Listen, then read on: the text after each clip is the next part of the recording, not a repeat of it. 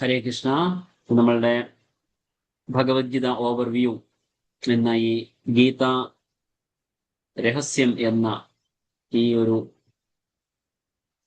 സെഷന്റെ 14ാമത്തെ ക്ലാസ്സിലേക്ക് എല്ലാവരെയും സ്വാഗതം ചെയ്യുകയാണ്. ഹാർദവമായിട്ട് സ്വാഗതം ചെയ്യുന്നു. എല്ലാവരും വന്നതിൽ വളരെ സന്തോഷം.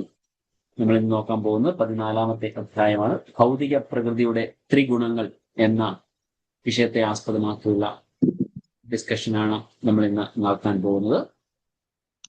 എല്ലാവരെയും ഒരിക്കൽ കൂടി ഹാർദവമായി സ്വാഗതം ചെയ്യുന്നു. ഓം നമോ ഭഗവതേ വാസുദേവായ. ഓം നമോ ഭഗവതേ വാസുദേവായ. ഓം നമോ ഭഗവതേ വാസുദേവായ.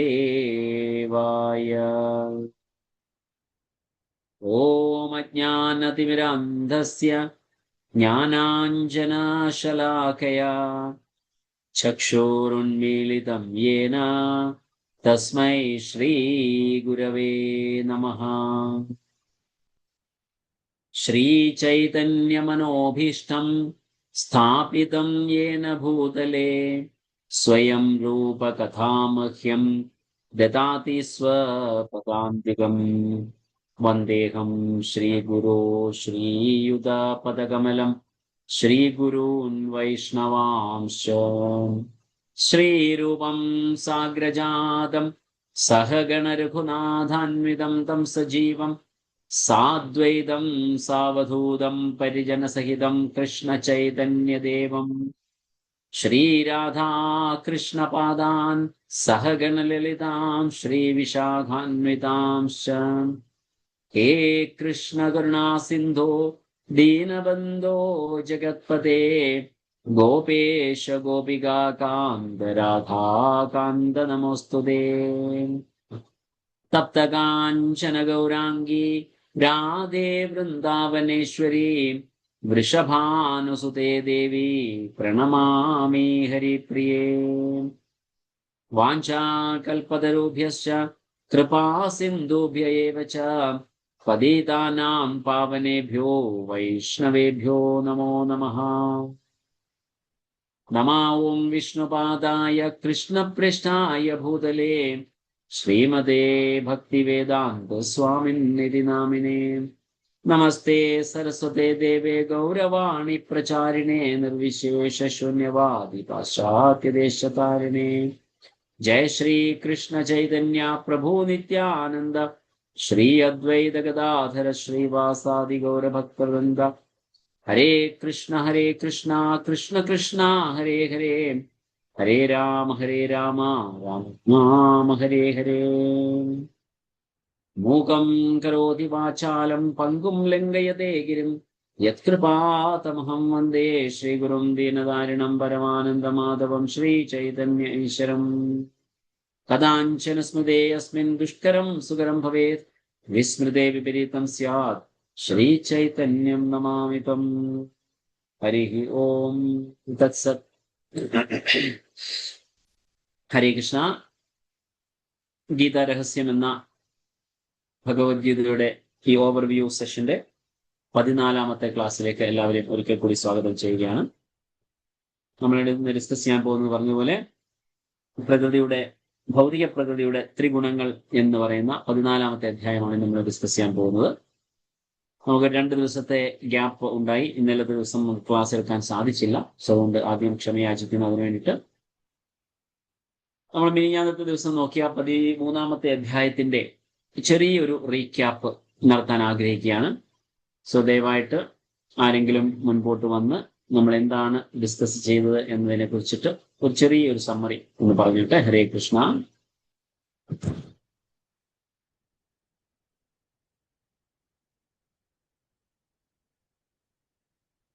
ഹരേ കൃഷ്ണ. ആരെങ്കിലും മുൻപോട്ട് വന്നാട്ടെ.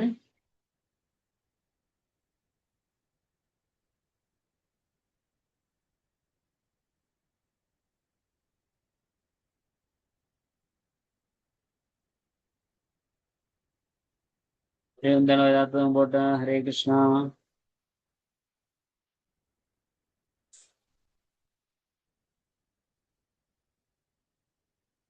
ഹരേ കൃഷ്ണ. ഹരേ കൃഷ്ണ. രാഖിൽ പ്രഭു പറഞ്ഞിട്ടോ. നമ്മള് ഇന്നലെ പഠിച്ചത് ഭഗവത്ഗീത 13-ാമത്തെ അധ്യായം ക്ഷേത്രജ്ഞ. ആ, ആ,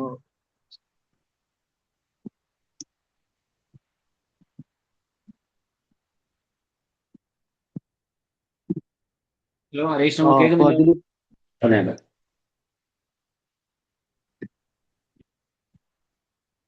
പറഞ്ഞിട്ട് പോകും. ഹരേ കൃഷ്ണ. ഹലോ. ഹരേ കൃഷ്ണ.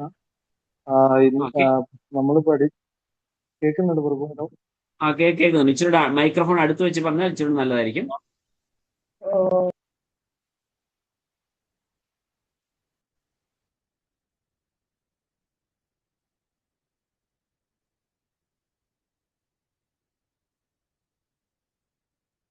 ഹരേ കൃഷ്ണ പ്രഭു. രാഖിൽ പ്രഭു മ്യൂട്ട്.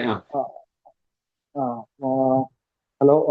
പ്രഭുജി, ഇന്നലെ പഠിച്ചത് 13-ാം അധ്യായമാണ്. 13-ാം അധ്യായത്തിലെ പ്രകൃതി പുരുഷൻ ക്ഷേത്രജ്ഞൻ എന്ന ഭാഗമാണ് അധ്യായമാണ് പഠിച്ചത്. അതില് നമ്മള് വൈസസ്റ്റ് എന്ന് പറഞ്ഞ അക്രമണം വെച്ചാണ് പഠിച്ചത്. അപ്പോ W wise question, I item of knowledge, S soul and super soul, E enjoyer, S seeker to seer, T transcendental എന്നാണ് ഇത് ഉള്ളത്. അപ്പോ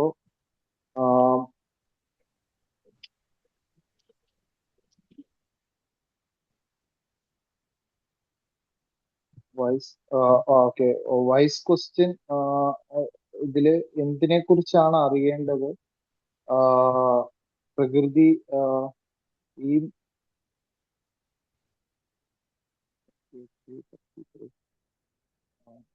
പറഞ്ഞപ്പോ അർജുൻ 6 ചോദ്യങ്ങളാണ് ചോദിക്കുന്നത് അല്ലേ? അതെ അതെ, 6 ആ ചോദ്യങ്ങളാണ് ചോദിക്കുന്നത്. കറക്റ്റ്. പറയുന്നത് എന്താണ് പ്രകൃതി, പുരുഷൻ, ക്ഷേത്രജ്ഞ, ജ്ഞാനം, ജ്ഞേയം എന്താണെന്നാണ് ചോദിക്കുന്നത്. അപ്പോ അതാണ് വൈസ് ക്വസ്റ്റ്യൻസ്. പിന്നെ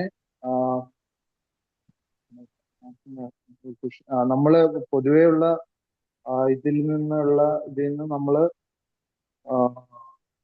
മാറ്റിയിട്ട് ഇതില് നമ്മള് എന്താണ് എന്താണ് ക്ഷേത്രജ്ഞ എന്ന് പറയുന്നുണ്ട്. അതില് ക്ഷേത്രജ്ഞ എന്ന് പറയുമ്പോൾ സോളാണ്. അല്ല, ക്ഷേത്രജ്ഞ എന്ന് പറയുമ്പോൾ സോളും ഉണ്ട്, സൂപ്പർ സോളും ഉണ്ട്. Very good. കറക്റ്റ്. നമ്മൾ പരമാത്മാവിന്റെ അംശമായതുകൊണ്ട് നമുക്ക് സൂപ്പർ സോളിന്റെ ഒരു ഭാവം ഉണ്ട്. അപ്പൊ ഒരു പുരുഷന്റെ ഭാവമുണ്ട്. കാരണം എല്ലാവരിലും ഭഗവാനും കുടികൊള്ളുന്നുണ്ട്. ഇതിൽ എക്സാമ്പിൾ ആയിട്ട് പറഞ്ഞിരിക്കുന്ന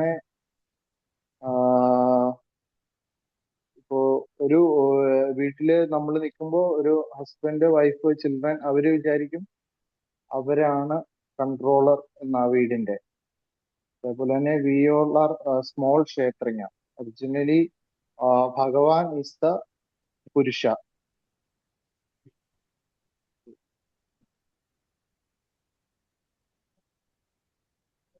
അപ്പൊ ഇതാണ് ക്ഷേത്രജ്ഞ എന്നുള്ള ഭാഗം. പിന്നെ സോൾ ആൻഡ് സൂപ്പർ സോൾ. പിന്നെ എൻജോയർ എന്ന് പറയുമ്പോൾ ഭഗവാനാണ് അൾട്ടിമേറ്റ് എൻജോയർ. പിന്നെ seeker to seer. Realised person can know the difference between. കുറിച്ചാണ് അറിയേണ്ടത്. Seeker to seer. എല്ലാ ജീവജാലങ്ങളിലും ജീവാത്മാവും പരമാത്മാവും കാണുന്നവനാണ് യഥാർത്ഥത്തിൽ കാണുന്നത്. പിന്നെ ട്രാൻസെൻഡൽ എന്ന് പറയുമ്പോൾ അതീന്ദ്രിയ വസ്തുവിനെ കുറിച്ച് അറിയുന്നു. Okay, thank you so much Rakhil Prabhu. നമ്മൾ ഡിസ്കസ് ചെയ്ത പോയിന്റുകൾ, കുറെ കാര്യങ്ങൾ പ്രഭു പറയുകയുണ്ടായി. യെസ്, സീക്കർ ടു സിയർ എന്ന് പറയുമ്പോൾ നമ്മൾ ഒരു ശാസ്ത്രചക്ഷു അതാണ് ഉദ്ദേശിക്കുന്നത്. അതായത് ശാസ്ത്രങ്ങളിൽ കൂടി എല്ലാത്തിനെയും വീക്ഷിക്കുക. അങ്ങനെയുള്ള ഒരു വീക്ഷണത്തിനെ കുറിച്ചിട്ടാണ് അവിടെ സീക്കർ ടു സിയർ എന്ന ആ ഒരു പദം ഉപയോഗിച്ചിരിക്കുന്നത്. വളരെ സന്തോഷം രാഖിൽ പ്രോ, വളരെ ക്ലിയർ ആയിട്ട് പ്രോ നമ്മൾ ഡിസ്കസ് ചെയ്ത പ്രധാനപ്പെട്ട പോയിന്റുകൾ ഒക്കെ പറയുകയുണ്ടായി. വളരെ സന്തോഷം. വേറെ ആർക്കെങ്കിലും എന്തെങ്കിലും പോയിന്റ് പറയാൻ ആഗ്രഹിക്കുന്നുണ്ടോ? എന്തെങ്കിലും ആഡ് ചെയ്യാനുണ്ടോ? Any additions? ഹരേ കൃഷ്ണ.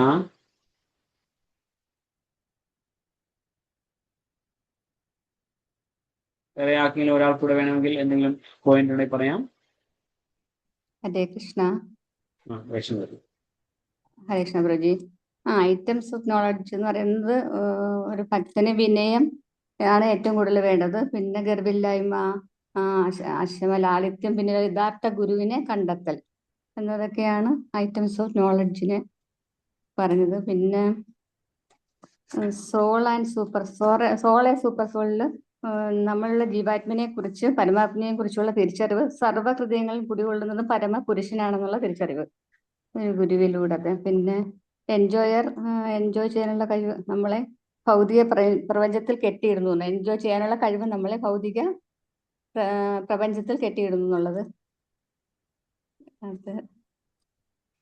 അത് പിന്നെ ധ്യാനം കൊണ്ട് ശ്രവണം കൊണ്ട് ഭഗവാനെ പ്രാപിക്കാൻ കഴിയുമെന്നുള്ളതും. പിന്നെ സീക്രട്ട് സിയർ അത് പറഞ്ഞത് തന്നെ, പ്രഭു എല്ലാ ജീവികളിലും ജീവാത്മാവിനെയും പരമാത്മാവിനെയും കാണുന്ന വ്യക്തി ശാസ്ത്ര ചക്ഷു വെച്ചിട്ട് അതും. പിന്നെ ട്രാൻസെൻഡന്റൽ ബ്രഹ്മൻ വിഷ്ണു, ക്ഷേത്രവും ക്ഷേത്രജ്ഞനും തമ്മിലുള്ള വ്യത്യാസം എങ്ങനെയെന്ന് അറിയുന്നവൻ ഭൗതിക പ്രകൃതിയുടെ ബന്ധനത്തിൽ നിന്നും മുക്തി നേടി പരമപദം പ്രാപിക്കുന്നു എന്നുള്ളത്. Hare Krishna. Very good. Thank you so much Vinodji. Hare Krishna. രണ്ടുപേർക്കും വളരെ ഹൃദയംഗമായ നന്ദി. പോയിന്റുകൾ നമ്മൾ കഴിഞ്ഞ ദിവസം ഡിസ്കസ് ചെയ്ത പോയിന്റുകളെല്ലാം പറഞ്ഞു തന്നതിന് ഒരു ചെറിയൊരു റിവിഷൻ നമുക്ക് ആവശ്യമുള്ളതുകൊണ്ടാണ് നമ്മൾ ചെയ്യുന്നത്. സോ വളരെ സന്തോഷം. നമുക്കപ്പോൾ ഇന്നത്തെ നമ്മുടെ ടോപ്പിക്കിലേക്ക് നമുക്ക് കിടക്കാം. ഇന്ന് നമ്മൾ ഡിസ്കസ് ചെയ്യാൻ പോകുന്നത് 14-ാമത്തെ അധ്യായം, ഭൗതിക പ്രകൃതിയുടെ ത്രിഗുണങ്ങൾ. ഇപ്പോൾ കഴിഞ്ഞ ദിവസം നമ്മൾ കണ്ടത് വെച്ച് നമ്മൾ നോക്കുകയാണെങ്കിൽ 13-ാമത്തെ അധ്യായത്തില് 22-ാമത്തെ ശ്ലോകത്തില് എക്സ്പ്ലെയിൻ ചെയ്തൊരു കാര്യമാണ് വൈ ദ ലിവിങ് എൻറ്റിറ്റി, അതായത് പുരുഷ ഈസ് എൻടാങ്കിൾഡ് ഇൻ മായ due to his desire for enjoyment. 13-ാം അധ്യായത്തില് 22-ാമത്തെ ശ്ലോകത്തിൽ പറയുന്ന ഒരു കാര്യമാണ് എന്തുകൊണ്ടാണ് ഈ പുരുഷൻ, അതായത് അവിടെ നമ്മൾ എന്താ പറയാ, ക്ഷേത്രജ്ഞ എന്ന് പറയുന്നതിൽ രണ്ട് കാര്യങ്ങളുണ്ട് എന്ന് നമ്മൾ പറഞ്ഞു. രണ്ടുപേരുണ്ട്. അതായത് ക്ഷേത്രജ്ഞ എന്ന് പറഞ്ഞ ഒന്ന് ജീവാത്മാവും പിന്നെ പരമാത്മാവും രണ്ടുണ്ട്. അതുപോലെ പുരുഷ എന്ന് പറയുമ്പോൾ അവിടെ അത് കഴിഞ്ഞ് നമ്മൾ എൻജോയർ എന്ന പദം നമ്മൾ ഡിസ്കസ് ചെയ്യുകയുണ്ടായി. എൻജോയർ എന്ന പദം ഡിസ്കസ് ചെയ്യുമ്പോൾ തീർച്ചയായിട്ടും ഭഗവാന്റെ ഒരു അംശം എന്ന നിലയിൽ നമ്മളിലും ഒരു പുരുഷൻ അല്ലെങ്കിൽ ഒരു മേധാവിത്വം അല്ലെങ്കിൽ ഒരു കൺട്രോളർ ഞാനാണ് എന്ന് രാഖിൽ പ്രഭു റീക്യാപ്പ് പറഞ്ഞപ്പോൾ പറയുകയുണ്ടായി. ഒരു ഫാമിലിയിൽ ഗ്രഹനാഥൻ വിചാരിക്കുന്നു ഞാനാണ് നാഥൻ എന്ന്, അല്ലെങ്കിൽ അവിടുത്തെ സ്ത്രീ വിചാരിക്കുന്നു ഞാനാണ് അവിടുത്തെ റാണി അല്ലെങ്കിൽ ഗ്രഹനാഥ ഞാനാണ് എന്ന്. എന്നാൽ കുട്ടികൾ വിചാരിക്കുന്ന എല്ലാം എൻ്റെ കൺട്രോളിലാണ് നടക്കുന്നത്. അപ്പോൾ എല്ലാവരിലും ഒരു കൺട്രോളർഷിപ്പ് എന്ന് പറയുന്ന ഒരു ഭാവം ഉണ്ട്. എന്തുകൊണ്ടാണ്? നമ്മൾ ഭഗവാന്റെ അംശമായതുകൊണ്ടാണ്, നമ്മളിൽ ആ ഒരു പുരുഷത്വം ഉള്ളത് കൊണ്ടാണ് നമുക്കങ്ങനെ തോന്നുന്നത് എന്ന് നമ്മൾ പറഞ്ഞു. അപ്പം അങ്ങനെയെങ്കിൽ ആ പുരുഷൻ എന്തുകൊണ്ടാണ് ഈ ഭൗതിക പ്രപഞ്ചത്തിൽ അല്ലെങ്കിൽ മായയുടെ കൺട്രോളിലാകുന്നത് എന്നൊരു ക്വസ്റ്റ്യൻ നമുക്ക് ഉദിക്കുന്നുണ്ട്.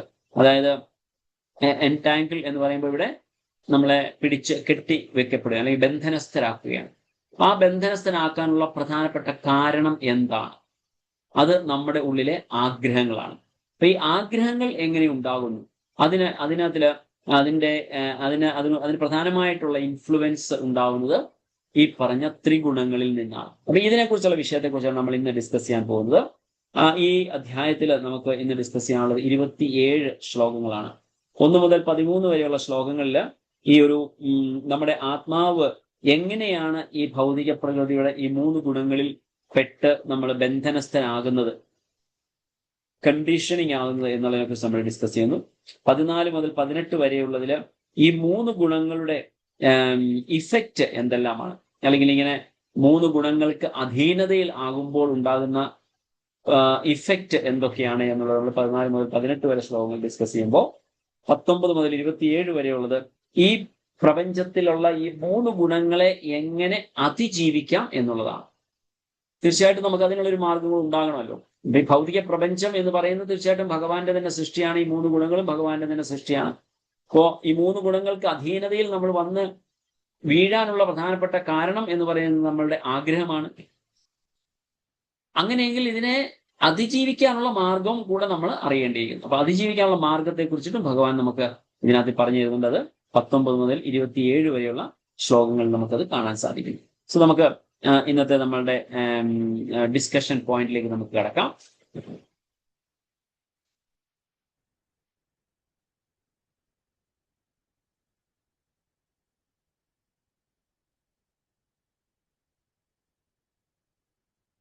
എല്ലാവർക്കും എന്റെ സ്ക്രീൻ കാണാൻ സാധിക്കുന്നുണ്ടോ? Prabhuji, Hare Krishna. Hare Krishna. Okay, thank you so much. നമ്മൾ ഇന്നലെ ഡിസ്കസ് ചെയ്ത പോയിന്റ് നമ്മൾ ഓൾറെഡി ഇന്ന് നമ്മളൊന്ന് റീക്യാപ്പ് നടത്തിയതാണ് ഈ ഒരു സ്ക്രീനിൽ കാണുന്നത്. സോ ഇന്ന് നമ്മൾ ഇപ്പൊ പറഞ്ഞതുപോലെ മായയുടെ അല്ലെങ്കിൽ ഈ ഭൗതിക പ്രപഞ്ചത്തിന്റെ ഈ 3 ഗുണങ്ങളാൽ നമ്മൾ ബന്ധനസ്ഥരാക്കപ്പെടുകയാണ്. ബന്ധനസ്ഥരാക്കപ്പെടുക എന്ന് പറയുമ്പോൾ ഇംഗ്ലീഷിൽ അതിനെ നമുക്ക് വാക്ക് ട്രാപ്പ് എന്ന് ഉപയോഗിക്കാം, അല്ലെ? ഇത് എന്താ പറയാ, എലിപ്പെട്ടി എന്ന് പറയുമ്പോൾ റാറ്റ് ട്രാപ്പ്, റാറ്റിനെ പിടിക്കാനായിട്ട് നമ്മൾ ഉപയോഗിക്കുന്ന ട്രാപ്പ് എന്ന് പറയും. ആരെങ്കിലുമൊക്കെ ട്രാപ്പിലാക്കുക എന്ന് പറയും. അപ്പൊ ആ ട്രാപ്പാണ് ഇന്ന് നമുക്കിവിടെ അക്രോണിമായിട്ട് ഉപയോഗിക്കുന്നത്. TRAP. ട്രാപ്പ് എന്ന് പറയുന്നത് നമ്മളും ഈ ചിത്രത്തിൽ കാണുന്നത് പോലെ നമ്മളെയും ഇവിടെ ബന്ധനസ്ഥരാക്കപ്പെട്ടിരിക്കുകയാണ്, അല്ലെങ്കിൽ ആക്കപ്പെട്ടിരിക്കുകയാണ് നമ്മളെ. അപ്പൊ ഈ ഗുണങ്ങൾ എന്ന് പറയുമ്പോൾ പ്രകൃതിയുടെ 3 ഗുണങ്ങൾ എന്ന് പറയുമ്പോൾ ഇംഗ്ലീഷിൽ അതിനെ 3 മോഡ്സ് ഓഫ് മെറ്റീരിയൽ നേച്ചർ എന്നാണ് പറയുന്നത്. അതാണ് T സ്റ്റാൻഡ്സ് ഫോർ 3 മോഡ്സ്. അത് 14ാമത്തെ അധ്യായത്തിൽ 1 മുതൽ 9 വരെയുള്ള ശ്ലോകങ്ങൾ അതിനെ കുറിച്ചിട്ട് ഡിസ്കസ് ചെയ്യുന്നു. റേസ് ഫോർ പ്രോമിനൻസ്, ഇതിനെ കുറിച്ചാണ് നമ്മൾ 14 മുതൽ 10 മുതൽ 13 വരെയുള്ള ശ്ലോകങ്ങളെ കുറിച്ച് നമ്മൾ ഡിസ്കസ് ചെയ്യുന്നത്. അപ്പൊ ഇതിന്റെ ഇഫക്റ്റ് എന്തൊക്കെയാണ്, അല്ലെങ്കിൽ എങ്ങനെയാണ് ഇത് സംഭവിക്കുന്നത്, അല്ലെങ്കിൽ ഇത് എങ്ങനെ നമ്മളെ കൺട്രോൾ ചെയ്യുന്നു എന്നുള്ള വിഷയങ്ങളെ കുറിച്ച്. ആക്ഷൻസ് ഇൻ ദ മോഡ്സ് 14 മുതൽ 18 വരെയുള്ള ശ്ലോകങ്ങളിൽ എന്തൊക്കെയാണ് ഈ ഓരോ ഗുണങ്ങളിലുമുള്ള വ്യക്തികൾ ചെയ്യുന്ന പ്രവൃത്തികൾ എങ്ങനെയൊക്കെയാണ് എന്നുള്ളതാണ്. പിന്നെ പ്യുവർ ലൈഫ് 19 മുതൽ 27 വരെയുള്ള ശ്ലോകങ്ങളിൽ അത് പറഞ്ഞ് ഇതിനെ എങ്ങനെ അതിജീവിക്കാം എന്ന് പറയുന്നതാണ് നമ്മൾ കാണാൻ പോകുന്നത്. സോ ഇതാണ് ഇപ്പൊ ട്രാപ്പ് എന്ന് പറഞ്ഞു കഴിഞ്ഞാൽ നമ്മളെ ഈ 3, അതായത് പ്രകൃതിയുടെ 3 ഗുണങ്ങൾ എന്ന് പറയുമ്പോൾ, ഗുണം എന്ന വാക്കിന് സംസ്കൃത വാക്കാണ് ഗുണം എന്ന് പറയുമ്പോൾ, മലയാളത്തിലുള്ള വാക്ക് അതുമായിട്ട് റിലേറ്റഡ് ആണ് എങ്കിലും ഇവിടെ ഉപയോഗിക്കുന്നത് സംസ്കൃത പദത്തിലുള്ള വാക്കാണ് ഗുണം എന്ന് പറയുന്നത്. ഗുണം എന്ന വാക്കിന് കയറ് എന്ന ഒരു അർത്ഥം കൂടെയുണ്ട്. ഇതിവിടെ ഈ പിക്ചറിൽ നമ്മൾ കാണുന്ന പോലെ കയറിട്ട് നമ്മളെ കെട്ടിവെക്കുന്നത്. ഒരു അദൃശ്യമായ ഒരു കയറാണ്. നമ്മൾ യഥാർത്ഥത്തിൽ കയ്യിൽ ആരെങ്കിലും പിടിച്ചു കെട്ടി നമ്മളെ ഇടുന്നില്ല, പക്ഷെ അദൃശ്യമായ ആ ഒരു കയറ് കൊണ്ട് നമ്മളെ ഇവിടെ കെട്ടിയിട്ടപ്പെട്ടിരിക്കുകയാണ്. അതുകൊണ്ടാണ് നമ്മൾ ട്രാപ്പ് എന്ന വാക്ക് ഉപയോഗിക്കുന്നത്. സോ നമുക്ക് നോക്കാം എന്താണ് T എന്ന് പറയുന്ന 3 ഗുണങ്ങൾ. 14ാമത്തെ അധ്യായത്തിൽ 1 മുതൽ 9 വരെയുള്ള ശ്ലോകങ്ങളാണ് ഈ 3 ഗുണങ്ങളെ കുറിച്ച് പ്രതിപാദിക്കുന്നത്. എന്തൊക്കെയാണ് 3 ഗുണങ്ങൾ? ആരെങ്കിലും ഒന്ന് പറഞ്ഞാട്ടെ, എന്തൊക്കെയാണ് 3 ഗുണങ്ങൾ? പ്രകൃതിയിലെ 3 ഗുണങ്ങൾ എന്തൊക്കെയാണ്?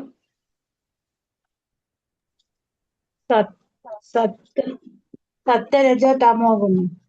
വെരി ഗുഡ്, വളരെ കറക്റ്റ് ആണ്. സത്വ, രജസ്, തമോ ഗുണങ്ങളാണ് ഈ പ്രകൃതിയുടെ 3 ഗുണങ്ങൾ എന്ന് പറയുന്നത്. ഇതിനെ കുറിച്ചാണ് നമ്മൾ ഇന്ന് ഡിസ്കസ് ചെയ്യാൻ പോകുന്നത്. നമ്മളിപ്പോ ഓൾറെഡി നമ്മൾ ഡിസ്കസ് ചെയ്യുകയുണ്ടായി. എന്താണ് കഴിഞ്ഞ അധ്യായവുമായിട്ട് നമ്മൾ നോക്കുമ്പോൾ 13ാമത്തെ അധ്യായത്തിൽ 22ാമത്തെ ശ്ലോകത്തില് എങ്ങനെയാണ് ഈ പുരുഷ എന്ന് പറയുന്ന ജീവാത്മാവ് ഇവിടെ കെട്ടിപ്പിടക്കുന്നത്, അതായത് ഇവിടെ കെട്ടി അല്ലെങ്കിൽ ബന്ധനസ്ഥരാക്കി പോകുന്നത്. Due to his desire for enjoyment, നമുക്കിവിടെ സന്തോഷിക്കണം അല്ലെങ്കിൽ എന്ന ആഗ്രഹം കൊണ്ടാണ് നമുക്കത് സംഭവിക്കുന്നത്. 14ാമത്തെ അധ്യായത്തില് അത് എങ്ങനെയാണ് അത് സംഭവിക്കുന്നത് എന്നുള്ളതിനെ കുറിച്ചിട്ട് വിവരിക്കുകയാണ്. അതായത് മായ എങ്ങനെയാണ് നമ്മളിവിടെ പിണഞ്ഞ് ഇടുന്നത് എന്ന് പറയുന്ന കാര്യമാണ് നമ്മളിവിടെ കാണാൻ പോകുന്നത്. ഓക്കെ, സോ അത് 22ാമത്തെ ശ്ലോകമാണ് നമുക്കിവിടെ കാണാൻ സാധിക്കുന്നത്. പുരുഷ പ്രകൃതി സ്ഥോഹി ഭൂംദേ പ്രകൃതി പ്രകൃതിജാൻ ഗുണാൻ കാരണം ഗുണസങ്കോസ്യ സത് അസദ്യ ഓനി ജന്മസു. സത് അസദ്യ സത് അസദ് എന്ന് പറയുമ്പോൾ ഹയർ ലെവലിലും ലോവർ ലെവലിലും ജന്മമെടുക്കാൻ ബാധ്യസ്ഥനാകുന്നു എന്നുള്ളതാണ് പറയുന്നത്. സോ ഹയർ ലെവൽ എന്ന് പറയുമ്പോൾ ചിലപ്പോൾ ദേവി ദേവന്മാരായിട്ട് ജന്മമെടുക്കാം, മനുഷ്യരായിട്ട് ജന്മമെടുക്കാം. പിന്നെ അസത് എന്ന് പറയുമ്പോൾ ലോവർ സ്പീഷീസ് എന്ന് പറഞ്ഞാൽ ഭൂതഗണങ്ങളിലാകാം, മൃഗങ്ങളിലാകാം. അങ്ങനെയുള്ള ഈ മൂന്ന് ഗണങ്ങൾ അതായത് സത്വ രജസ് തമോ ഗുണങ്ങൾ ഓരോ ഗുണങ്ങൾക്കനുസരിച്ചിട്ട് അവർ ശരീരം എടുക്കുന്നു എന്നുള്ളതാണ് പറയുന്നത്. അപ്പൊ അതിനുള്ള പ്രധാനപ്പെട്ട കാരണം എന്ന് പറയുന്നത് ഡിസയർ ഫോർ എൻജോയ്മെന്റ്.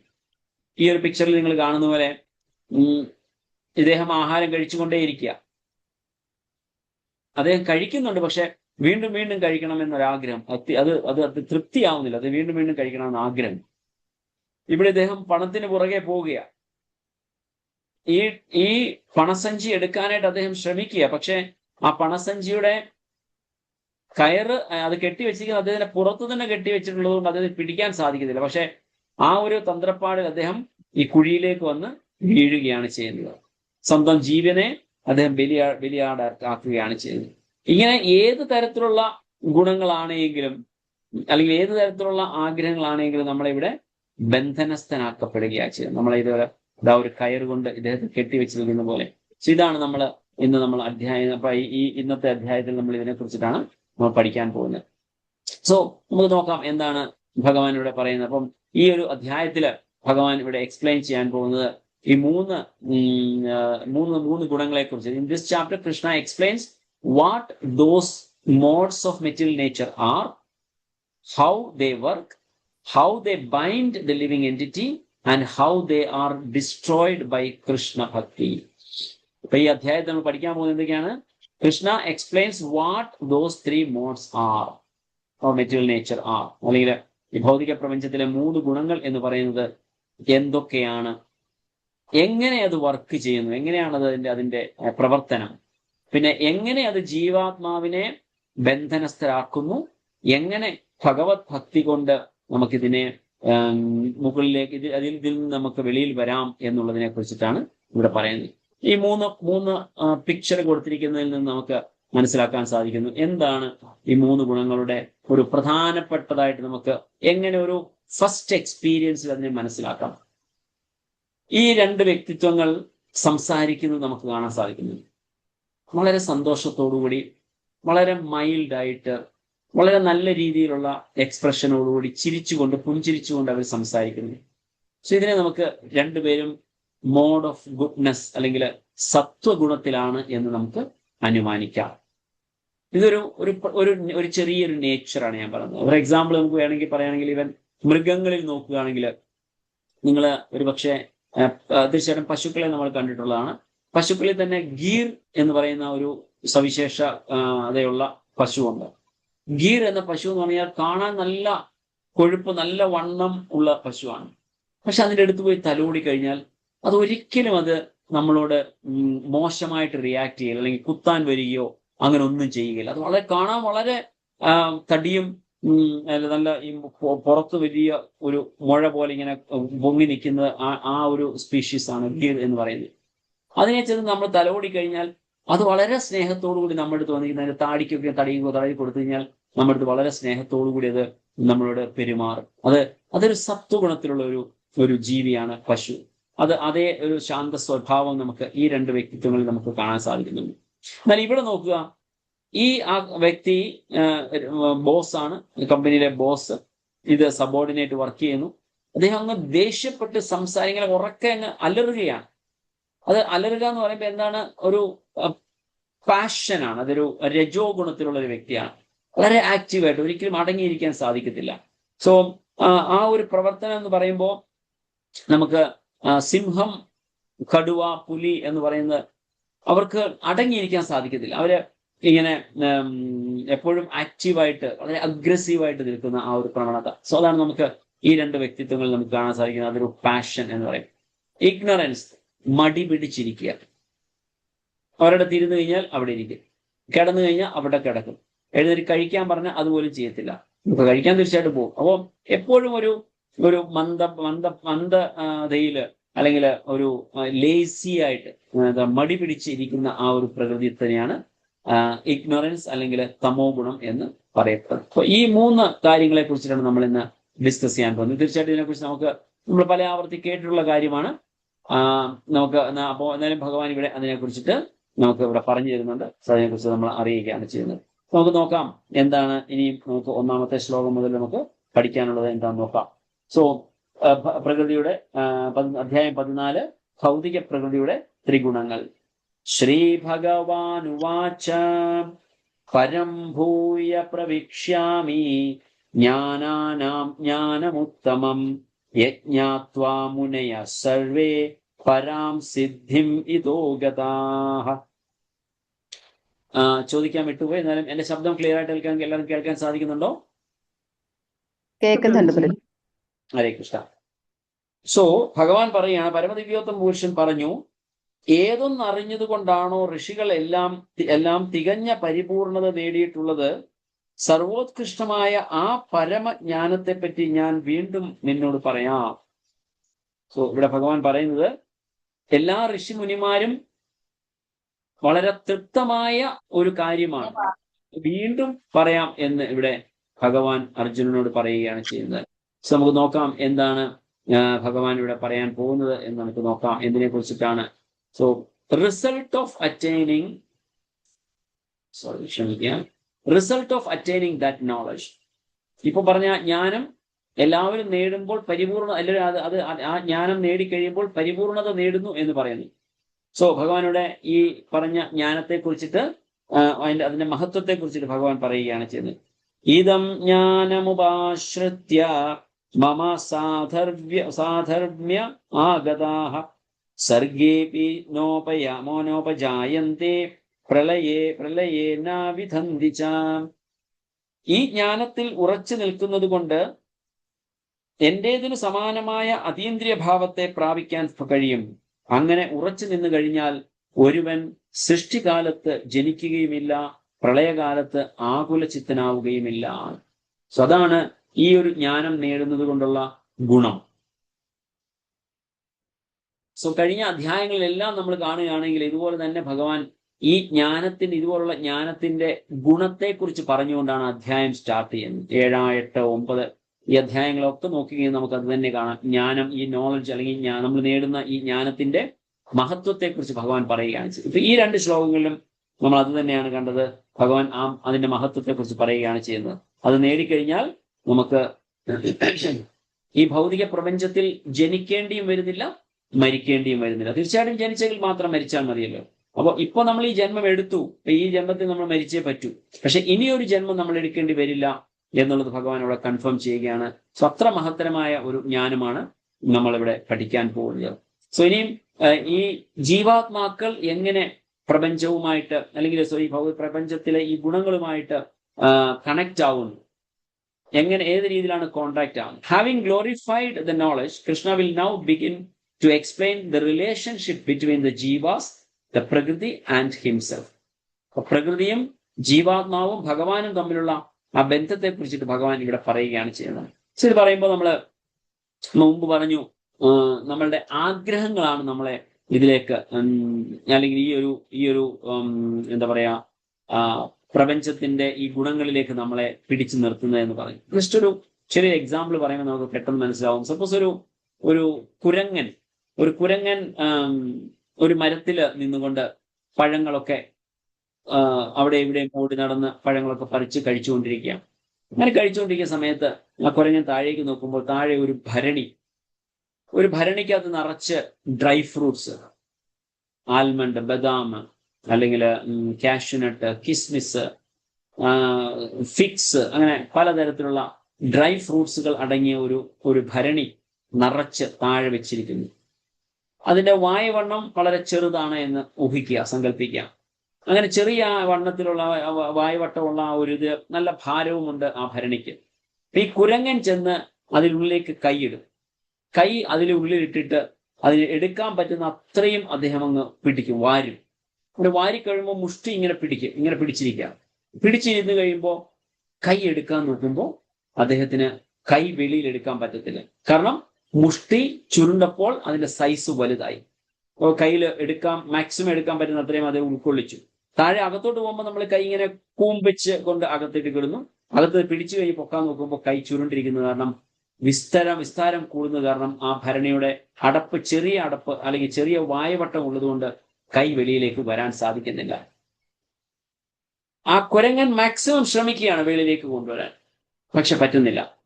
ആ സമയം അദ്ദേഹം നോക്കുമ്പോൾ ഒരു വേടൻ അതുവഴി വരികയാണ് ചെയ്തത്. വേട്ടയാടാൻ വന്നയാളാണ്. വേടൻ വരുന്നു. അപ്പൊ കുരങ്ങന്റെ കയ്യിൽ 2 ഓപ്ഷൻ ഉണ്ട്. ഒന്നുകിൽ കൈ വിട്ട് ആ ഡ്രൈ ഫ്രൂട്ട്സിനെ വിട്ട് കൈ വെളിയിൽ എടുത്തുകൊണ്ട് അദ്ദേഹത്തിന് ഓടിപ്പോവാം, ആ കുരങ്ങനെ ഓടി രക്ഷപ്പെടാം. അതല്ല, ഇത് പിടിക്കാനായിട്ട് ഇങ്ങനെ വെച്ചുകൊണ്ടിരിക്കുകയാണെന്നുണ്ടെങ്കിൽ ഈ വേടൻ വന്ന് അദ്ദേഹത്തെ പിടിക്കും. കൊല്ലാനൊന്നുമല്ല, പക്ഷെ പിന്നീട് ജീവിതകാലം മുഴുവൻ ആ കുരങ്ങ് കളിപ്പിക്കുന്ന ആളുടെ നമ്മൾ മലയാളത്തിൽ പറയത്തില്ല ചാടിക്കളിക്കള കുഞ്ഞിരാമ എന്ന രീതിയിൽ അതിനെ ഇങ്ങനെ കളിപ്പിച്ചുകൊണ്ടിരിക്കുന്നത്. എവിടെ പോയി എന്ത് പറഞ്ഞാലും അത് ചെയ്തേണ്ടി വരും. ആ ചെയ്യുന്ന സമയത്ത് എന്താ സംഭവിക്കുന്നത്? ആ കളിപ്പിക്കുന്ന വ്യക്തി ഈ ഭരണിയിൽ കിടക്കുന്ന ഡ്രൈ ഫ്രൂട്ട്സ് അയാൾ എടുത്ത് കഴിക്കും. ഈ കുരങ്ങിന് കൊടുക്കുന്നു, കുറച്ച് കപ്പലണ്ടി കൊടുക്കുന്നു. അല്ലെ? സോ ഇതാണ് നമ്മുടെ ജീവിതത്തിൽ നമ്മളും അനുഭവിക്കുന്നത്. നമ്മൾ ഈ പറഞ്ഞ മുഷ്ടി എന്ന് പറയുന്നത് നമ്മുടെ ആഗ്രഹങ്ങളാണ്. ആ ആഗ്രഹങ്ങള് കാരണം നമ്മുടെ ഈ പ്രപഞ്ചത്തിൽ നിന്ന് വെളിയിൽ പോകുന്നതിനുള്ള വഴി അടഞ്ഞു പോവുകയാണ് ചെയ്യുന്നത്. ആ ആഗ്രഹങ്ങൾ നമ്മൾ എപ്പോൾ വേണ്ട എന്ന് വെക്കുന്നു, അപ്പോൾ മാത്രമേ നമുക്ക് പ്രപഞ്ചത്തിന് വെളിയിൽ നമുക്ക് പോകാൻ സാധിക്കുന്നുള്ളൂ. സോ തീർച്ചയായിട്ടും നമുക്ക് ഉള്ളത് ചെറിയൊരു ഓപ്ഷൻ മാത്രമാണ്. പക്ഷെ ആ ഓപ്ഷനിൽ കൂടെ പോകണമെന്നുണ്ടെങ്കിൽ we should leave our desires. ഇത് ഈ ഒരു എക്സാമ്പിളിൽ നിന്ന് നമുക്ക് ക്ലിയർ ആയിട്ട് നമുക്ക് മനസ്സിലാവും. ഓക്കെ, ഇനി ഫർദർ നമ്മൾ മുമ്പോട്ട് പോകുമ്പോൾ കുറച്ചുകൂടെ ഡീപ്പായിട്ട് ഭഗവാൻ അതിനെക്കുറിച്ച് വിശദമായിട്ട് പറഞ്ഞു തരുന്നുണ്ട്. Will understand it very clearly. അപ്പം അത് ഈ ഒരു എക്സാമ്പിൾ പറയാൻ കാരണം അത് എങ്ങനെയാണ് നമ്മുടെ ആഗ്രഹങ്ങൾ കൊണ്ട് ഈ പ്രപഞ്ചത്തിൽ നമ്മളെ ബന്ധനസ്ഥരാക്കുന്നത് എന്നുള്ള മനസ്സിലാക്കാൻ വേണ്ടി ഞാൻ ഈ ഒരു എക്സാമ്പിൾ, ഒരു കഥ പറഞ്ഞാണ്. So hope it is clear for you. അത് മനസ്സിലായി കാണുമെന്ന് വിശ്വസിക്കുന്നു. സോ ഇനി നമുക്ക് അടുത്ത ഒരു ഭാഗത്തേക്ക് നമ്മൾ പോവുകയാണെങ്കിൽ നമുക്ക് കാണാൻ സാധിക്കും എന്താണ് ഭഗവാൻ പറയുന്നത്. ദ ലോർഡ് ഇംപ്രഗ്നേറ്റ്സ് പ്രകൃതി. മമ യോനിർ മഹദ് ബ്രഹ്മ തസ്മിൻ ഗർഭം ധനാമ്യഹം സംഭവ സർവഭൂതാനാം തതോ ഭവതി ഭാരത. അല്ലയോ ഭാരത, ബ്രഹ്മം എന്ന് പറയപ്പെടുന്ന സമഗ്ര ഭൗതിക സത്തയത്രേ ജനനത്തിനു കാരണം. അത് എന്നിൽ നിന്ന് ഗർഭം ധരിച്ച് സകല ജീവികൾക്കും ജന്മം കൊടുക്കുന്നു. സോ ബ്രഹ്മം എന്ന് പറയപ്പെടുന്ന സമഗ്ര ഭൗതിക സത്തയത്രേ ജനനത്തിന് കാരണം. ഈ പ്രപഞ്ചത്തിൽ ഭഗവാൻ ഇംപ്രഗ്നേറ്റ് ചെയ്യുകയാണ് ചെയ്യുന്നത്. ഭഗവാനാണ് അതിന് ഗർഭം നൽകുന്നത്. അതായത് ഒരു എന്താ പറയാ, മുമ്പ് പറഞ്ഞതുപോലെ ഗീർ പശുവിനെ കുറിച്ച് പറഞ്ഞു. ഗീർ പശു എന്ന് പറയുന്നത് ഏതാണ്ട് 120ഓളം വെറൈറ്റീസ് ഓഫ് ഗീർ പശുക്കൾ ഉണ്ടായിരുന്നു. 120ഓളം വെറൈറ്റീസ് ഓഫ് ഗീർ പശുക്കൾ ഉണ്ടായിരുന്നു. പക്ഷെ അതിൽ ഇന്ന് ഭൂമിയിലുള്ളത് വെറും 30 തരത്തിലുള്ള പശുക്കൾ മാത്രമാണ്. ഈ 30 തരത്തിലുള്ള പശുക്കൾ മാത്രം ഇന്ന് ഈ ഭൂമിയിൽ ഉള്ളൂ. ബാക്കി ഏതാണ്ട് 90ഓളം ഇനത്തിലുള്ള ഗീർ പശുക്കൾ നാമാവശേഷമായി പോയി, അല്ലെങ്കിൽ വംശനാശം സംഭവിച്ചു പോയി ആ പശുക്കളുടെ. ഈ പ്രപഞ്ചത്തിൽ ഇനി അതിനെ ഉണ്ടാക്കാൻ ആർക്കെങ്കിലും സാധിക്കുമോ? No, it's not possible. അങ്ങനെയാണെങ്കിൽ ഇന്നത്തെ സയന്റിസ്റ്റുമാര് ബൈ നൗ ഇതിനോടകം അവരതിന് ശ്രമിച്ചേനെ, അത് നടത്തിയേനെ. പക്ഷെ അവർക്ക് ആ ഒരു കാറ്റഗറിയിലുള്ള പശുവിനെ ഇനി സൃഷ്ടിക്കണമെങ്കിൽ that is not possible. Because Krishna has to give the seed. ഒരു കുറച്ച് ഹയർ ലെവലിലാണ്, പക്ഷെ എങ്കിലും ഒരു അണ്ടർസ്റ്റാൻഡിങ് വേണ്ടി ലെറ്റ് അസ്യൂം, നമുക്കൊന്ന് ആലോചിക്കാം, അല്ലെങ്കിൽ നമുക്ക് അനുമാനിക്കാം. ഈ ലോകത്തില് മാങ്ങ എന്ന് പറയുന്നത് കംപ്ലീറ്റ് ഇല്ലാതായി വിചാരിക്കാം. മാങ്ങ എന്ന് പറയുന്ന ഫലം അല്ലെങ്കിൽ പഴം കംപ്ലീറ്റ്ലി ഇല്ലാതായി. ഒരു മാവും അവശേഷിക്കുന്നില്ല ഭൂമിയിൽ. ഭൂമിയിൽ മാവും അവശേഷിക്കുന്നില്ല, ഒരു മാങ്ങായുമില്ല, ഒരു മാങ്ങാണ്ടിയുമില്ല, ഒരിടത്തും കിട്ടാനില്ല. കംപ്ലീറ്റ്ലി ഡ്രൈഡ്, അല്ലെങ്കിൽ ചൂടിൽ മുഴുവൻ ഉണങ്ങി നശിച്ചു പോയി. അങ്ങനെ കഴിഞ്ഞാൽ പിന്നീട് നമുക്കൊരു മാവ് വേണമെന്നുണ്ടെങ്കിൽ അല്ലെങ്കിൽ മാങ്ങ നമുക്ക് കിട്ടണമെന്നുണ്ടെങ്കിൽ എവിടെ നിന്ന് നമുക്ക് കിട്ടാൻ സാധിക്കും? നമുക്കത് സൃഷ്ടിക്കാൻ സാധിക്കുമോ? നമുക്ക് സൃഷ്ടിക്കാൻ സാധിക്കത്തില്ല. So Krishna has to give the seed. നമുക്ക് പ്രാർത്ഥിക്കും, ഭഗവാനെ ഒരു മാങ്ങ തരൂ. ആ മാങ്ങ അണ്ടി നട്ടിട്ട് അതിനെ കിളിപ്പിച്ചിട്ട് ഞാൻ പിന്നെ ആയിരക്കണക്കിന് മാങ്ങ ഉണ്ടാക്കിക്കൊള്ളാം, അല്ലെങ്കിൽ അതിൽ നിന്ന് പറിച്ചെടുക്കാം. പിന്നീട് ആ മാമ്പഴത്തിൽ നിന്ന് മറ്റനേകം മരങ്ങൾ ഞാൻ സൃഷ്ടിച്ചോളാം. That is possible. But the first seed Krishna has to provide. നമുക്കത് സ്വയം സൃഷ്ടിക്കാൻ നമുക്ക് സാധിക്കത്തില്ല. സോ അതായത് പറയുകയാണെങ്കിൽ ഭൂമിയുണ്ട് എന്ന് പറഞ്ഞിട്ട് കാര്യമില്ല. ഭൂമിയിൽ നമുക്ക് നട്ടാൽ വളരെ കിളിക്കും, പക്ഷെ there is no seed, it's not possible. So അതുകൊണ്ടാണ് ശാസ്ത്രം പുരുഷന് മഹത്വമുണ്ട് എന്ന് പറയാൻ കാരണം. എന്തുകൊണ്ടാണ്? കാരണം അച്ഛനാണ് എപ്പോഴും ഏറ്റവും ഒരു ഉയർന്ന സ്ഥാനം കൊടുക്കേണ്ടത് പ്രപഞ്ച സൃഷ്ടിയുടെ ഇതനുസരിച്ചിട്ട്. ഭൂമി ഫെർട്ടൈലാണ്, വളരെ ഫലഭൂയിഷ്ടമായ മണ്ണാണ് ഭൂമിയിലുള്ളത്. പക്ഷെ സീഡ് ഇട്ടില്ലെങ്കിൽ അവിടെ കിളിക്കത്തില്ല എന്ന് പറഞ്ഞതുപോലെയാണ്. ഇപ്പോ ഒരു അമ്മയ്ക്ക് ഗർഭപാത്രം ഉണ്ടെങ്കിലും അച്ഛൻ അതില് വീര്യം ഇട്ടെങ്കിൽ മാത്രമേ അവിടെ കുട്ടി ഉണ്ടാകുകയുള്ളൂ. സോ തീർച്ചയായിട്ടും രണ്ടിനും പ്രാധാന്യമുണ്ട്, ഇല്ലെന്ന് പറയുന്നില്ല. പക്ഷെ the quality comes from the father. അതാണ് അതിന് പറയപ്പെടുന്നത്. അപ്പൊ ഇവിടെ പറയാൻ ഉദ്ദേശിക്കുന്നത് ഭഗവാനാണ് അതിന്റെ എല്ലാത്തിനെയും അല്ലെങ്കിൽ പ്രപഞ്ചത്തിന് ഗർഭം നിക്ഷേപിച്ചത് ഭഗവാനാണ്. ദധാമ്യഹം, അതായത് തസ്മിൻ ഗർഭം ദധാമ്യഹം എന്നാണ് ഭഗവാൻ പറയുന്നത്. സോ ഭഗവാനാണ് അതിനെ ഇംപ്രഗ്നേറ്റ് ചെയ്യുന്നത് എന്ന് ഇവിടെ നമുക്ക് കാണാൻ സാധിക്കുന്നു. സർവയോനിഷു കൗന്ദേയ മൂർത്തയാ സംഭവന്തിയാഹ താസാം ബ്രഹ്മ മഹദ്യോൻ ഇരഹം ബീജപ്രദപിതാഹ. ഹേ കുന്തിപുത്ര, നാനാരൂപേണയുള്ള ജീവിവർഗങ്ങൾക്കെല്ലാം ഈ ഭൗതിക പ്രകൃതിയിൽ ജന്മമെടുക്കാൻ അവസരം നൽകിയത് ഞാനാണ്. അവയുടെ ബീജപ്രദാതാവായ പിതാവും ഞാൻ തന്നെ എന്ന് അറിയണം. സോ ഭഗവാനാണ് ഇതെല്ലാം നൽകുന്നത്. ഭഗവാനാണ് സൃഷ്ടികർത്താവ്. ഭഗവാനാണ് ഇതിനെല്ലാം ജീവൻ എടുക്കാനുള്ള അവസരം പ്രദാനം ചെയ്യുന്നത് ഭഗവാനാണ് എന്ന് നമ്മൾ കാണണം എന്നുള്ളതാണ് പറയുന്നത്. ഇതാണ് സർവ്വയോനിഷു കൗന്ദയ. ഇവിടെ നമുക്ക് പലതരത്തിലുള്ള ജീവജാലങ്ങൾ നമുക്കിവിടെ കാണാൻ സാധിക്കുന്നുണ്ട്. മയില്, അതുപോലെ തന്നെ എന്തെല്ലാം മൃഗങ്ങളും മനുഷ്യരും ഒക്കെ നമുക്കിവിടെ ഇങ്ങനെ ജന്മം എടുത്തുകൊണ്ടേയിരിക്കുന്നു. നോക്കുക, ഇവിടെ എല്ലാ ജീവജാലങ്ങളും, പലതരത്തിലുള്ള ജീവജാലങ്ങൾ, ഇതിനെല്ലാം ഭഗവാനാണ് ഇംപ്രഗ്നേറ്റ് ചെയ്തത്. അപ്പോൾ അതാണ് ഭഗവാൻ ഇവിടെ കുഴച്ചിരിക്കുന്നു. ദുർഗാദേവിയാണ് ഇതിന്റെ അധിപതി ആയിട്ട് നമുക്ക് കാണാൻ സാധിക്കുന്നത്. സോ ഇത് നോക്കുക, എത്ര തരത്തിലുള്ള ഒരു മുമ്പ്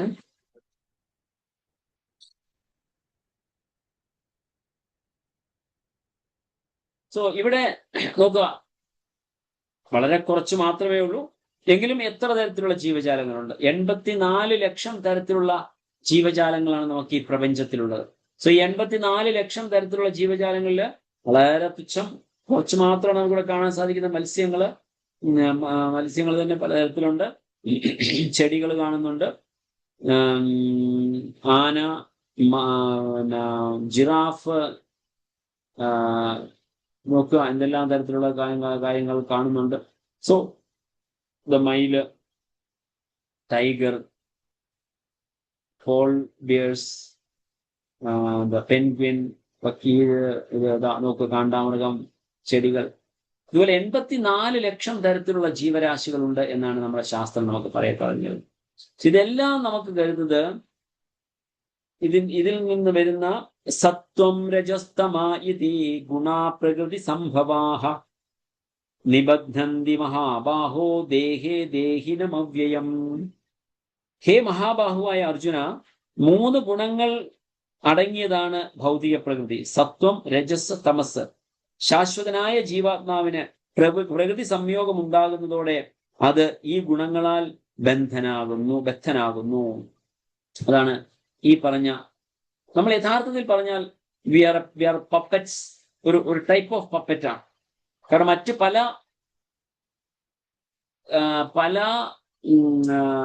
അവസരങ്ങളുടെ, പല ശക്തികളുടെയും സംയോഗമുണ്ടെങ്കിൽ മാത്രമേ നമുക്ക് എന്തെങ്കിലും പ്രവൃത്തി ചെയ്യാനോ നമുക്ക് എന്തിനെങ്കിലും ഇതുണ്ടാവുള്ളൂ. നമുക്ക് സ്വന്തമായിട്ട് നമ്മൾ മാത്രം വിചാരിച്ചു കഴിഞ്ഞാൽ നമുക്ക് അങ്ങനെ ഒരു പ്രവൃത്തിയോ അല്ലെങ്കിൽ എന്തെങ്കിലും ഒരു കാര്യം ചെയ്യണമെന്ന് വിചാരിച്ചാൽ നമുക്ക് നടക്കത്തില്ല. So we are actually almost bound. നമ്മൾ അവര് കെട്ടിവെച്ചിട്ട് നമുക്ക് ചെയ്യാനായിട്ടുള്ള അവസ്ഥ നമുക്ക് തരികയാണ് ചെയ്യുന്നത്. സോ ഇത് പറഞ്ഞ ഇവിടെ ജീവാത്മാവ് എന്ന് പറയുന്നത് സത്വഗുണത്തിലുള്ളത് സന്തോഷവാനാണ്. പാഷൻ എന്ന് പറയുന്ന രജോ ഗുണൻ വളരെ ആക്റ്റീവായിട്ട് നിൽക്കുന്നു. So another is helpless which is ignorant. Ignorance എന്ന് പറഞ്ഞാൽ തമോ ഗുണത്തിലുള്ളവരാണ്. സോ ഇവിടെ envy, ignorance, anger, lust, anger, greed, ഇതെല്ലാം നമുക്ക് കാണാൻ സാധിക്കുന്നത്, ഫോൾസ് പ്രസ്റ്റീജ്, ഇതെല്ലാം നമുക്ക് കാണാൻ സാധിക്കുന്നത് തമോ ഗുണത്തിലുള്ളവരെ കുറിച്ച് കാണാൻ സാധിക്കുന്നു. സോ അങ്ങനെ നമുക്ക് ഈ 3 ഗുണങ്ങളുടെ ഇതിനെ കുറിച്ച് പറയാൻ സാധിക്കുന്നത്. ജീവാസ് bondage under the spell of modes, അതാണ് സത്വം രജസ് തമോ ഗുണം എന്ന് പറയുന്ന. നിബധ്നന്തി മഹാബാഹോ, നമ്മളെ ഇതില് പിടിച്ച് വെക്കപ്പെട്ടിരിക്കുകയാണ് ഈ 3 ഗുണങ്ങളാൽ എന്ന് നമുക്ക് കാണാൻ സാധിക്കുന്നു. എങ്ങനെയാണ് കെട്ടിവെക്കപ്പെടുക എന്ന് പറഞ്ഞാൽ, നമ്മൾ മുമ്പേ ഒരു ഫോട്ടോ കണ്ടു, അതിനതില് കാണിക്കുന്നുണ്ട് ഒരു ബോസ് അല്ലെങ്കിൽ ഒരു ഓഫീസിലെ മാനേജർ ദേഷ്യപ്പെടുകയാണ് ചെയ്തത്. ദേഷ്യപ്പെടുന്ന സമയത്ത് അല്ലെങ്കിൽ ദേഷ്യപ്പെടുന്ന വളരെ ശബ്ദം ഉണ്ടാക്കിക്കൊണ്ട് അദ്ദേഹത്തിന്റെ സബോർഡിനേറ്റിനോട് ആവശ്യപ്പെടുന്നു ജോലി ചെയ്യാനായിട്ട്. അങ്ങനെ പറയുന്ന സമയത്ത് നമ്മൾ ചിന്തിക്കേണ്ട വിഷയം, ഇത് 2 പേരിൽ ആർക്കാണ് അതുകൊണ്ട് പ്രയാസമുള്ളത്?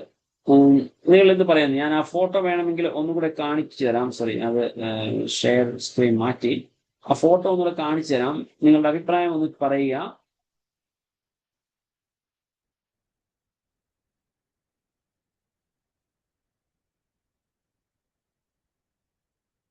ഈ ഒരു ഫോട്ടോ കാണുകയാണെങ്കിൽ ഇത് 2 പേരിൽ ബുദ്ധിമുട്ട് അനുഭവിക്കുന്ന ആരാണ്?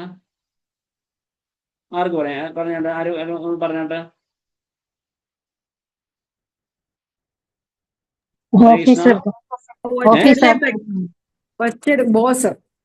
ബോസ്. ഇയാൾക്ക് ബുദ്ധിമുട്ടില്ലേ?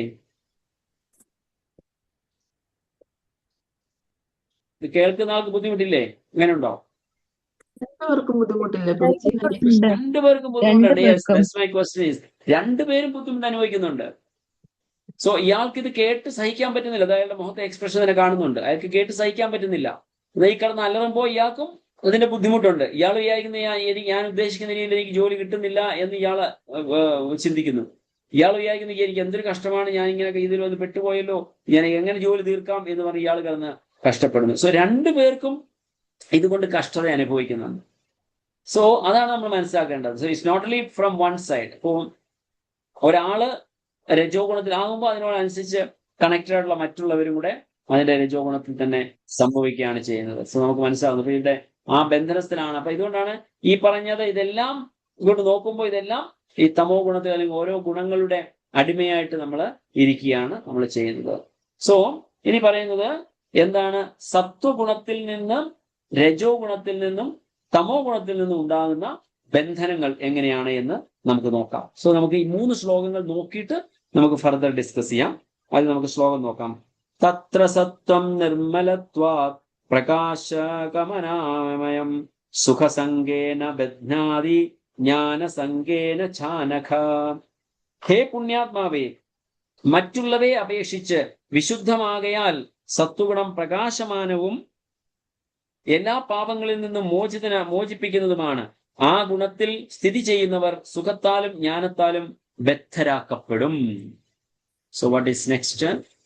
രജോ ഗുണത്തെ കുറിച്ചിട്ട് എന്താണ് പറയുന്നത്? രജോരാഗാത്മകം വിദ്ധി തൃഷ്ണാസംഗ സമുദ്ഭവം തന്നിബജ്ഞാതി കൗന്ദേയ കർമ്മസംഗേന ദേഹിനം. അല്ലയോ കുന്തിപുത്ര, അളവറ്റ തൃഷ്ണാധിക്യത്തിൽ നിന്നുളവാകുന്നത് അത്രേ രജോ ഗുണം. ദേഹസ്ഥനായ ജീവനെ അത് ഭൗതികമായ ഫലോദിഷ്ട കർമ്മങ്ങളിൽ കുടുക്കിയിടുന്നു.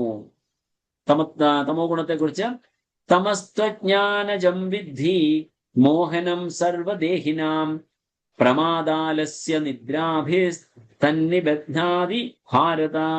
ഭാരതപുത്ര, അജ്ഞാനജന്യമായ തമോ ഗുണമാകട്ടെ സർവശരീരികളെയും വ്യാമോഹിപ്പിക്കുന്നതാണ്. ഈ ഗുണത്തിന്റെ ഫലങ്ങളായ പ്രമാദം, അലസത, നിദ്ര എന്നിവ ബദ്ധ ജീവാത്മാവിനെ കുടുക്കിയിടുന്നു. അടുത്ത ശ്ലോകം നോക്കുകയാണെങ്കിൽ ഈ 3 കാര്യത്തെക്കുറിച്ചും ഭഗവാൻ ഒരു സമ്മറി കൊടുക്കുന്നുണ്ട്. അതൊരു നോക്കിയിട്ട് നമുക്ക് എക്സ്പ്ലനേഷൻ പോവാം. സത്വം സുഖേ സംജയതി രജ കർമ്മണി ഭാരത ജ്ഞാനമാവൃത്യതു തമഃ പ്രമാദേ സംജയത്യുത. അല്ലയോ ഭാരതപുത്ര, സത്വഗുണം ഒരാളെ സുഖം കൊണ്ട് ബന്ധിക്കുമ്പോൾ രജോ ഗുണം കർമ്മങ്ങൾ കൊണ്ട് ബന്ധിക്കുക. കാമ്യകർമ്മങ്ങൾ കൊണ്ടാണ് ബന്ധിക്കുക. ജ്ഞാനത്തെ ആവരണം ചെയ്യുന്ന തമോ ഗുണമാകട്ടെ ഉന്മാദം കൊണ്ടും ഒരാളെ ബന്ധിക്കുന്നു. സോ ഈ 3 ഗുണങ്ങൾ 3 ശ്ലോകങ്ങളില് ഈ 3 ഗുണങ്ങളുടെ ഗുണങ്ങളെ കുറിച്ചിട്ട് അങ്ങനെ തന്നെ പറയാം. 3 ഗുണങ്ങളുടെ ക്യാരക്ടറിസ്റ്റിക്സ് അല്ലെങ്കിൽ അതിനെക്കുറിച്ചിട്ട് വിശദീകരിക്കുമ്പോൾ 9ാമത്തെ ശ്ലോകത്തിൽ ഈ 3 ഗുണങ്ങൾ കൊണ്ട് എങ്ങനെയാണ് നമ്മളെ ബന്ധനസ്ഥനാക്കുന്നത് എന്ന് ഇവിടെ പറയുകയാണ് ചെയ്യുന്നത്. ഒന്ന് പെട്ടെന്ന് നോക്കിപ്പോവാം. മറ്റുള്ളവയെ അപേക്ഷിച്ച് വിശുദ്ധമാകയാൽ സത്വഗുണം പ്രകാശമാനവും എന്നാൽ പാപങ്ങളിൽ നിന്നും മോചിപ്പിക്കുന്നതുമാണ്. ആ ഗുണത്തിൽ സ്ഥിതി ചെയ്യുന്നവർ സുഖത്താലും ജ്ഞാനത്താലും ബദ്ധരാക്കപ്പെടും. അപ്പോ സുഖത്താലും ജ്ഞാനത്താലും നമ്മളെ ബദ്ധരാക്കപ്പെടുന്നു സത്വഗുണത്തിലുള്ളവരാണ് എങ്കിൽ. സോ സത്വഗുണം ഈസ് ഓൾസോ നോട്ട് ഗുഡ്. അപ്പൊ ഇനിയും നമുക്ക് ലാസ്റ്റ് ശ്ലോകം നമുക്കറിയാം, അല്ലെങ്കിൽ 19 മുതൽ 27 വരെയുള്ള ശ്ലോകങ്ങളിൽ എങ്ങനെ ഇതിനെ മറികടക്കാം എന്ന് പറയുമ്പോൾ നമുക്ക് മനസ്സിലാവും ഏത് ഗുണത്തിലാണ് നമ്മൾ ഉണ്ടാവേണ്ടത്. തൽക്കാലം നമുക്ക് ഗുണങ്ങളെ കുറിച്ച് നമുക്ക് മനസ്സിലാകാം. രജോ ഗുണത്തെക്കുറിച്ച് ഭഗവാൻ പറയുന്നത് എന്താണ്? അളവറ്റ ആധിക്യത്തിൽ നിന്നുളവാകുന്നത് അത്രേ രജോ ഗുണം. തൃഷ്ണ ആധിക്യത്താൽ വളരെ വളരെ അഗ്രസീവായിട്ടുള്ളതാണ്. സോ ദേഹസ്ഥനായ ജീവനെ അത് ഭൗതികമായ ഫലോദിഷ്ട കർമ്മങ്ങളിൽ കുടുക്കിയിടുന്നു. സോ ഫലോദിഷ്ട കർമ്മങ്ങളിൽ കുടുക്കിയിരിക്കുകയാണ് ചെയ്യുന്നത്. അതുകൊണ്ടാണ് കുടിക്കുന്നത്. അപ്പം അടുത്ത തമോ ഗുണത്തിലാണെങ്കിലോ അജ്ഞാനജന്യമായ തമോ ഗുണമാകട്ടെ. അജ്ഞാനജന്യമായ തമോ ഗുണം എന്ന് പറയുന്നത് ഉദ്ഭവസ്ഥാനം എന്ന് പറയുന്നത് അജ്ഞതയാണ്. അജ്ഞത എന്ന് പറയുന്നത് ഭൗതിക പ്രപഞ്ചം മുഴുവൻ നമുക്കറിയാം തമോ ഗുണത്തിന്റെ അധീനതയിലാണെന്ന് പറയാൻ കാരണം ഈ പ്രപഞ്ചം മുഴുവൻ ഇരുട്ടാണ്. ഇരുട്ട് ഉള്ള സ്ഥലം എന്ന് പറയുന്നത് അത് അജ്ഞതയുടെ ഒരു സ്ഥാനമാണ്. അപ്പം അജ്ഞാനജന്യമായ തമോ ഗുണമാകട്ടെ സർവശരീരികളെയും വ്യാമോഹിപ്പിക്കുന്നതാണ്. അജ്ഞത കൊണ്ടാണ് നമ്മൾ പല തെറ്റുകളും നമ്മൾ ചെയ്യുന്നത്. ഫോർ എക്സാമ്പിൾ, തമോ ഗുണത്തിലുള്ള ഏതൊരു പ്രവൃത്തി ചെയ്യുമ്പോഴും നമ്മളുടെ കണ്ണുകൾ അടഞ്ഞിരിക്കുക ചെയ്യുന്നു. ഒന്ന് ശ്രദ്ധിച്ചു നോക്കുക. തമോ ഗുണത്തിലുള്ള ഏത് പ്രവൃത്തി ചെയ്യുമ്പോഴും നമ്മുടെ കണ്ണുകൾ അടഞ്ഞിരിക്കുന്നു. നമ്മുടെ കണ്ണുകൾ അടഞ്ഞിരിക്കുന്ന ഏറ്റവും പ്രധാനപ്പെട്ട കാര്യം എന്താണ്? ഉറക്കമാണ്. ഉറക്കം എന്ന് പറയുന്നത് തമോ ഗുണമാണ്. അതാണ് കണ്ണടയുക എന്ന് പറയുമ്പോൾ അന്ധകാരമായി, അത് അജ്ഞതയായി മാറി. സോ ഇമോഷണൽ ഫീലിംഗ് ഉണ്ടാകുമ്പോൾ കരയുമ്പോൾ നമ്മൾ കണ്ണടയ്ക്കുന്നു. മിക്കവാറും പലപ്പോഴും നമ്മൾ എന്താ പറയാ ഒരാളെ ഉമ്മ വെക്കുമ്പോൾ നമ്മൾ കണ്ണടയ്ക്കുന്നു. So that's in the mode of ignorance. So ഈ ഇമോഷണൽ ആയിട്ടുള്ള ഫീലിങ്സ് എപ്പോൾ നമുക്ക് ഉണ്ടാകുന്നു അപ്പോഴൊക്കെ നമ്മൾ കണ്ണടയ്ക്കുക ചെയ്യും. That means that is ignorance, that is coming in the darkness and that is തമോ ഗുണം. സോ ഒന്ന് റിലേറ്റ് ചെയ്യാൻ ശ്രമിച്ചു നോക്കുക. You will understand that. ഭാരതപുത്ര, അജ്ഞാനജന്യമായ തമോ ഗുണമാകട്ടെ സർവശരീരങ്ങളെയും വ്യാമോഹിപ്പിക്കുന്നതാണ്. വ്യാമോഹം എന്ന് പറയുമ്പോൾ അജ്ഞതയാണ്, അന്ധകാരമാണ്, തമോ ഗുണമാണ്. ഈ ഗുണത്തിന്റെ ഫലങ്ങളായ പ്രമാദം, അലസത, നിദ്ര എന്നിവ ബദ്ധജീവാത്മാവിനെ കുടുക്കിയിടുന്നു. നമ്മളെ കുടുക്കിയിടുകയാണ്, ബദ്ധനാക്കുകയാണ് ചെയ്യുന്നത്. സോ സുഖം കൊണ്ട് ഒരാളെ ബന്ധിക്കുമ്പോൾ, അതായത് സത്വഗുണം ഒരാളെ സുഖം കൊണ്ട് ബന്ധിക്കുമ്പോൾ രജോ ഗുണം കാമ്യകർമ്മങ്ങൾ കൊണ്ടാണ് ബന്ധിക്കുക. ജ്ഞാനത്തെ ആവരണം ചെയ്യുന്ന തമോ ഗുണമാകട്ടെ ഉന്മാദം കൊണ്ടും ഒരാളെ ബന്ധിക്കുന്നു. സോ നൗ നോക്കുക, ഇതാണ് ഞാൻ പറഞ്ഞ നമ്മൾ ഇതിനെക്കുറിച്ച് നോക്കുക എന്ന് പറയുമ്പോൾ നമുക്ക് മനസ്സിലാകുന്നു ഇതിലെല്ലാം സത്വഗുണത്തിലുള്ളവരാണ്. മഹാത്മാഗാന്ധി, പീസ്, ഇത് ഓരോരുത്തരെ കുറിച്ച് നമ്മൾ നോക്കുമ്പോൾ എല്ലാവരും ഒന്നുകിൽ വളരെ ജ്ഞാനികള്, അല്ലെങ്കിൽ വളരെ ശാന്ത സ്വഭാവത്തിലുള്ളവര്, വളരെ അങ്ങനെയുള്ള ആൾക്കാരാണ്. സോ രജോ ഗുണം എന്ന് പറയുമ്പോൾ നോക്കുക, വളരെ അഗ്രസീവായിട്ടുള്ളത്, അയാളെ എത്തി ചാടുന്നു. ചാടാൻ സാധിക്കുന്ന പറഞ്ഞാൽ എങ്ങനെയാണ്? സോ ഓരോ തരത്തിലുള്ള ആൾക്കാരെ നമ്മളിവിടെ നോക്കുമ്പോൾ അവരുടെ റിസൾട്ട് കൂടെ നമുക്കിവിടെ കാണാൻ സാധിക്കുന്നു. സോ ഇപ്പൊ മുമ്പിലത്തെ ഇതിനകത്ത് പറയുമ്പോൾ ഇവർക്കൊക്കെ ഒരു നല്ല ഗതി പ്രാപിച്ചിട്ടുണ്ടാകും, സ്വർഗ്ഗലോകത്തിലോ അങ്ങനെയുള്ള കാര്യങ്ങളിൽ ചെന്നിട്ടുണ്ടാകും. ഇവരെ സംബന്ധിച്ച് പറയുകയാണെങ്കിൽ നോക്കുക, കയ്യിൽ കിട്ടുന്ന എന്തും കഴിക്കാൻ താല്പര്യപ്പെടുന്ന ഒരു വ്യക്തിയാണ് ഇവിടെ കാണുന്നത്. അങ്ങനെയുള്ള ഒരു വ്യക്തിയെ സംബന്ധിച്ച് പറയുമ്പോൾ he will become A pig, ഒരു പന്നിയായിട്ട് വരും. കാരണം കിട്ടുന്നെല്ലാം കഴിക്കുമല്ലോ, പിന്നെ പ്രശ്നമില്ല. ഇത് ഓപ്പോസിറ്റ് സെക്സിനുമായിട്ട് അട്രാക്ഷൻ ഉള്ള ഒരാളാണെങ്കിൽ next life you will be A dog. ഇവിടെ നഗ്നയായിട്ട് നിൽക്കാൻ താല്പര്യമുള്ള ഒരു സ്ത്രീയെയാണ് ഇവിടെ ഉദ്ദേശിക്കുന്നത്. എക്സ്പോഷർ എന്ന് എഴുതിയിരിക്കുന്നത് കാണാൻ പറ്റും. എക്സ്പോഷർ ആണ്, അതായത് ഷീ ഡസൻ മൈൻഡ്. അത് അങ്ങനെയുള്ള ഒരാളാവുമ്പോൾ ഒരു സ്ത്രീ ആയിട്ട് വരും. ഈ സ്ത്രീ ഇങ്ങനെ കിടക്കുന്ന പോലെ ഈ ട്രീ ഇവിടെ, ഈ വൃക്ഷം ഇങ്ങനെ നിൽക്കുന്നത് നിങ്ങൾക്ക് കാണാൻ സാധിക്കുന്നു. Same posture how this lady is there, same posture the tree is here. So കാരണം എന്താ പറയാ, വൃക്ഷം ഡ്രസ്സ് ധരിക്കേണ്ട ആവശ്യമില്ലല്ലോ. സോ അതാണ് അതിൽ നമുക്ക് കാണാൻ സാധിക്കുന്നത്. അത് രജോ ഗുണമാണ്. തമോ ഗുണം എന്ന് പറഞ്ഞാലോ കരയുക, അത് ഞാൻ പറഞ്ഞില്ലേ, ഉറങ്ങുക, അലറുക, ഇതെല്ലാം നമ്മൾ ചെയ്യുമ്പോൾ നമ്മൾ കണ്ണടഞ്ഞിരിക്കാൻ ശ്രദ്ധിച്ചെന്ന്. ഉറങ്ങുമ്പോൾ തീർച്ചയായിട്ടും കണ്ണടയും, ഈ അലറുന്ന സമയത്ത് കണ്ണടയുന്നു, കരയുന്ന സമയത്ത് കണ്ണടയുന്നു. ഇയാൾ ഇതായത് ഐ മിസ് യു അപ്പോഴും കണ്ണടയുന്നു. സോ ഇതെല്ലാം ഇമോഷണൽ ഫീലിങ്സ് എന്ന് പറയുന്നത് ഇറ്റ് കംസ് ഇൻ എ തമോ ഗുണം. അത് അന്ധകാരത്തിന്റെയാണ് അവിടെ നമുക്ക് കാണാൻ സാധിക്കുന്നത്. സോ നോക്കുക, ഇതിലേക്ക് ഇറ്റ്സ് എ ഗുഡ്നെസ്, ഇതൊരു ചിരിച്ചുകൊണ്ട് വളരെ സന്തോഷത്തോടെ ഇരിക്കുന്നതാണ് അദ്ദേഹം നമുക്ക് കാണുന്നത്. അതാണ് മുമ്പ് നമ്മൾ 9ാമത്തെ ശ്ലോകത്തിൽ നമ്മൾ കണ്ടതാണ്. ഇത് പാഷൻ, ഇത് ഇഗ്നോറൻസ്. സോ ഇതാണ് ഇതിന്റെ ഗുണങ്ങൾ എന്ന് നമുക്ക് കാണാൻ സാധിക്കുന്നത്. So now we are going to the next lesson for today. It's a race for prominence. നമുക്ക് നോക്കാം എന്താണ് അതിനെക്കുറിച്ച് ഡിസ്കസ് ചെയ്യാനുള്ളത് നമുക്ക് നോക്കാം. സോ ഇത് നോക്കുക, ഇവിടെ ഒരു വടംവലിയാണ് നടക്കുന്നത്. എന്താണ്? Higher and lower nature, your good and bad habits. എപ്പോഴെങ്കിലും നിങ്ങൾക്ക് ഇങ്ങനെ ഒരു വടംവലി നിങ്ങളുടെ ഉള്ളിൽ നിങ്ങൾക്ക് ഫീൽ ചെയ്തിട്ടുണ്ടോ? അങ്ങനെ ആർക്കെങ്കിലും ഇങ്ങനെ ഒരു ഫീലിംഗ് ഉണ്ടായിട്ടുള്ള പറയാമോ? ഉണ്ടോ? ആർക്കെങ്കിലും ഇങ്ങനെ എപ്പോഴെങ്കിലും തോന്നിയിട്ടുണ്ടോ? നല്ലതും ചീത്തയും തമ്മിലുള്ള അങ്ങനെ ഉണ്ടാവാറുണ്ട്. അങ്ങോട്ടും ഇങ്ങോട്ടും വലിക്കുന്നുണ്ട്, നമ്മൾ ചെയ്യണോ വേണ്ടയോ കറക്റ്റ്. അതിനാണ് പ്രോമിനൻസ് എന്ന് പറയുന്നത്. ഒരിക്കലും ഒരു വ്യക്തിയെ കുറിച്ച് നമുക്ക് പറയാൻ സാധിക്കത്തില്ല ആ ആള് ഫുൾ ടൈം സത്വഗുണത്തിലാണ്, അല്ലെങ്കിൽ ഒരു വ്യക്തി ഫുൾ ടൈം രജോ ഗുണത്തിലാണ്, അല്ലെങ്കിൽ മറ്റൊരു വ്യക്തി ഫുൾ ടൈം തമോ ഗുണത്തിലാണ് എന്ന് ഒരിക്കലും പറയാൻ സാധിക്കത്തില്ല. ഈ 3 ഗുണങ്ങൾ എപ്പോഴും നമ്മളിൽ ഉണ്ടാവുന്നത് ഒരു ഫിക്സഡ് പെർസെൻറ്റേജിലായിരിക്കും.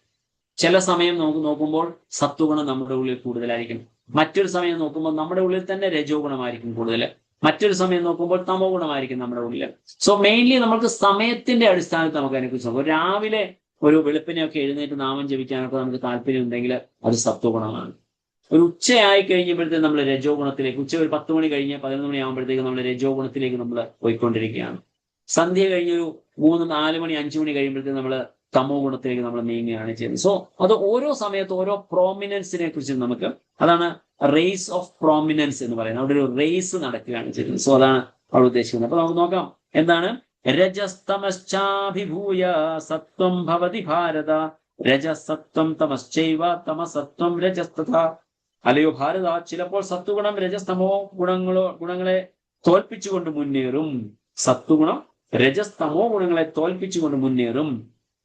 ചിലപ്പോൾ രജസ് സത്വതമോ ഗുണങ്ങളെ കീഴടക്കുന്നു. രജസ് സത്വത്തിനെയും തമോ ഗുണത്തിനെയും കീഴടക്കുന്നു. മറ്റു ചിലപ്പോൾ തമസ് സത്വരജസ്സുകളെയും ഈ വിധത്തിൽ എപ്പോഴും ആധിപത്യത്തിലുള്ള മത്സരം നിലനിൽക്കുന്നു. അത് എപ്പോഴും നമ്മുടെ ഉള്ളിൽ അങ്ങനെ ഒരു ഫൈറ്റ്, ഒരു റേസ്, അല്ലെങ്കിൽ ആര് മുമ്പിൽ പോകും എന്നൊരു റേസ് നടന്നുകൊണ്ടിരിക്കുകയാണ് ചെയ്യുന്നത്.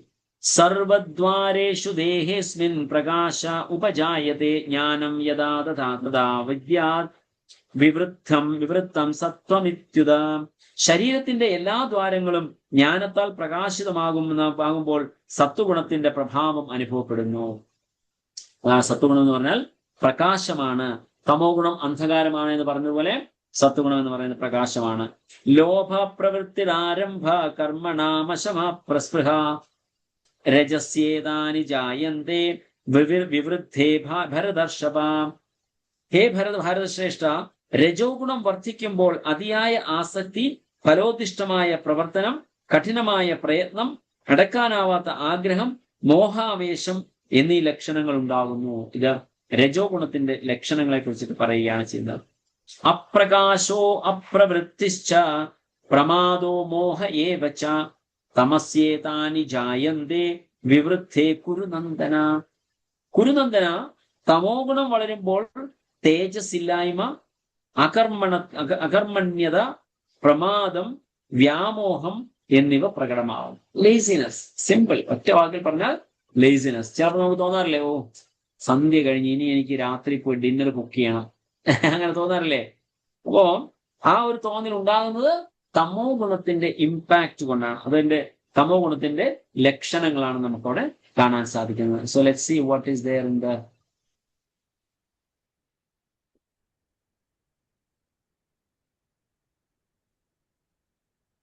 നമ്മൾ കണ്ടു ആ ടഗ് ഓഫ് വാർ, അല്ലെങ്കിൽ നമുക്ക് ഓരോന്നും ഓരോ സമയത്ത് പ്രോമിനന്റ് ആയിട്ട് നമുക്ക് കാണാൻ സാധിക്കുന്നു.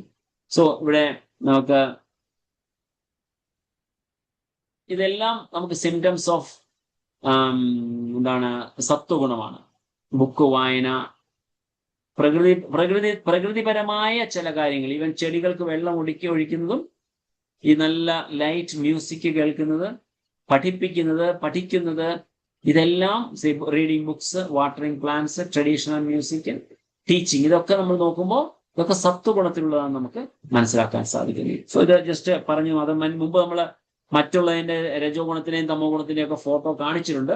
സോ നമുക്കിവിടെ ആ ഫോട്ടോ കാണേണ്ട ആവശ്യമില്ല. സത്വഗുണത്തിന് നമ്മളൊന്ന് എക്സ്പ്ലെയിൻ ചെയ്തത് മാത്രം. ഇതുപോലെ എല്ലാത്തിനും നമുക്ക് കാണാൻ സാധിക്കും. സോ നെക്സ്റ്റ് എന്ന് പറയുന്നത് ആക്ഷൻസ് ഇൻ ദ മോഡ്സ്. ഈ പറഞ്ഞ 3 ഗുണങ്ങളിലുള്ള പ്രവർത്തനങ്ങൾ എങ്ങനെയുള്ളതായിരിക്കും എന്ന് നമുക്ക് നോക്കാം. അത് 14 മുതൽ 18 വരെയുള്ള ശ്ലോകങ്ങളിലാണ് നമ്മൾ കാണുന്നത്. യഥാ സത്വേ പ്രവൃദ്ധേതു പ്രളയം യാതി ദേഹഭൃത് തദോത്തമവിദാം ലോകാൻ അമലാൻ പ്രതിപദ്യതേ. സാത്വികർ മരിക്കുമ്പോൾ ഋഷിവര്യന്മാരുടെ നിർമ്മലങ്ങളായ ഉത്കൃഷ്ട ലോകങ്ങളിൽ എത്തുന്നു. സോ അതുകൊണ്ട് അത് ഡെസ്റ്റിനേഷൻ ആണ് നമ്മളിവിടെ പറയുന്നത്. എന്താണ് ആക്ഷൻസ് ഇൻ ദ മോഡ്സ് എന്ന് പറയുമ്പോൾ നമ്മൾ അങ്ങനെയുള്ള പ്രവർത്തികൾ ചെയ്യുമ്പോൾ നമ്മൾ എത്തുന്ന ഡെസ്റ്റിനേഷൻ. രജസി പ്രളയം ഗത്വാ കർമ്മസംഗിഷു ജായത്തെ തഥാ പ്രലീനസ്തമസി മൂഢയോനിഷു ജായത്തെ. രജോ ഗുണത്തോടെയാണ് മരിക്കുന്നതെങ്കിൽ ഫലമുദ്ദേശിച്ച് കർമ്മങ്ങൾ ചെയ്യുന്നവർക്കിടയിൽ ജനിക്കും. തമോ ഗുണത്തോടെ മരിക്കുന്നവരാവട്ടെ മൃഗങ്ങളായിട്ടാണ് പിറക്കുക. ഇനി അടുത്തത് നമുക്ക് എന്താണ് ആക്ഷൻസ് എന്ന് നമുക്ക് നോക്കാം. കർമ്മണ സുഹൃദസ്യാഹു സാത്വികം നിർമ്മലം ഫലം രജസ്തു ഫലം ദുഃഖം അജ്ഞാനം തമസ ഫലം.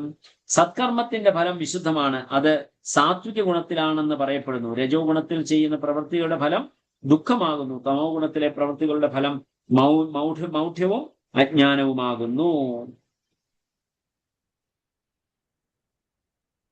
സോ 17 ആണ്. അതായത് ഇമ്മീഡിയറ്റ് ഇഫക്റ്റ് ആണ്. Medium term effect of modes, immediate effect എന്ന് പറയുന്നത് അതിൻ്റെ ഇതാണ്. സോ ഓവറോൾ ഡയറക്ഷൻ എന്താണ്?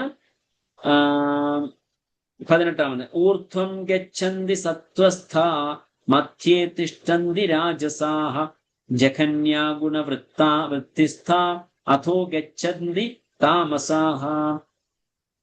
സാത്വിക സ്വഭാവികൾ ക്രമേണ ഉത്കൃഷ്ട ലോകങ്ങളിലേക്ക് ഉയരുന്നു. രാജസ പ്രകൃതിയുള്ളവർ ഭൂലോകങ്ങളിൽ ജീവിക്കുകയും നീചമായ തമോ ഗുണത്തിനടിമപ്പെട്ടവർ നരകങ്ങളിൽ പോയി നിപതിക്കുകയും ചെയ്യുന്നു. സോ ഇത് ഫൈനൽ നമ്മളുടെ ഡെസ്റ്റിനേഷനെ കുറിച്ചിട്ടാണ് നമുക്കിവിടെ കാണാൻ സാധിക്കുന്നത്. എവിടെ എത്തിച്ചേർന്നു എന്നുള്ളത്. ഇനിയിപ്പോ പറഞ്ഞ ഈ ഗുണങ്ങളെ 3 ഗുണങ്ങളെ എങ്ങനെ അതിജീവിക്കാം, അല്ലെങ്കിൽ ഇതിൽ നിന്ന് എങ്ങനെ നമുക്ക് രക്ഷ നേടാൻ സാധിക്കും? മുമ്പ് പറഞ്ഞു കയറുകൊണ്ട് പിടിച്ച് കെട്ടിയിട്ടിരിക്കുകയാണ് നമ്മളെ. അങ്ങനെയെങ്കിൽ ആ കയറ് ആർക്കഴിച്ചു തരാൻ സാധിക്കും? എങ്ങനെ അതിൽ നിന്ന് നമുക്ക് രക്ഷ നേടാൻ സാധിക്കും എന്നുള്ളതാണ് നമ്മൾ അടുത്ത പി എന്ന് പറയുന്ന പ്യുവർ ലൈഫ് 19 മുതൽ 27 വരെയുള്ള ശ്ലോകങ്ങളിൽ നമ്മൾ കാണാൻ പോകുന്നത്. സോ നമുക്ക് നോക്കാം. നാന്യം ഗുണേഭ്യ കർത്താരം യഥാ ദൃഷ്ടാനുപശ്യതി ഗുണേഭ്യശ്ച പരം വേത്തി മദ്ഭാവം സോധി ഗച്ഛതി. യാതൊരു കർമ്മത്തിനും പ്രകൃതിയുടെ ഈ ത്രിഗുണങ്ങൾ ഇല്ലാതെ വേറെ കർത്താവില്ലെന്ന് ശരിയായി മനസ്സിലാക്കുകയും ഗുണാതീതനായ ഭഗവാനെ അറിയുകയും ചെയ്യുന്നവൻ എന്റെ ആധ്യാത്മിക പ്രകൃതിയെ പ്രാപിക്കുന്നു. സോ വളരെ പ്രധാനപ്പെട്ട ഒരു കാര്യമാണ്. യാതൊരു കർമ്മത്തിനും പ്രകൃതിയുടെ ഈ ത്രിഗുണങ്ങൾ അല്ലാതെ വേറെ കർത്താവില്ലെന്ന് ശരിയായി മനസ്സിലാക്കുക. അപ്പൊ എന്താണ് നമ്മൾ മനസ്സിലാക്കേണ്ടത്? യഥാർത്ഥത്തിൽ നമ്മളല്ല പ്രവർത്തിക്കുന്നത്, മറിച്ച് ഈ പറഞ്ഞ 3 ഗുണങ്ങളാണ് പ്രവർത്തിക്കുന്നത് എന്ന തത്വത്തെ നമ്മൾ മനസ്സിലാക്കണം. നമ്മൾ നേരത്തെ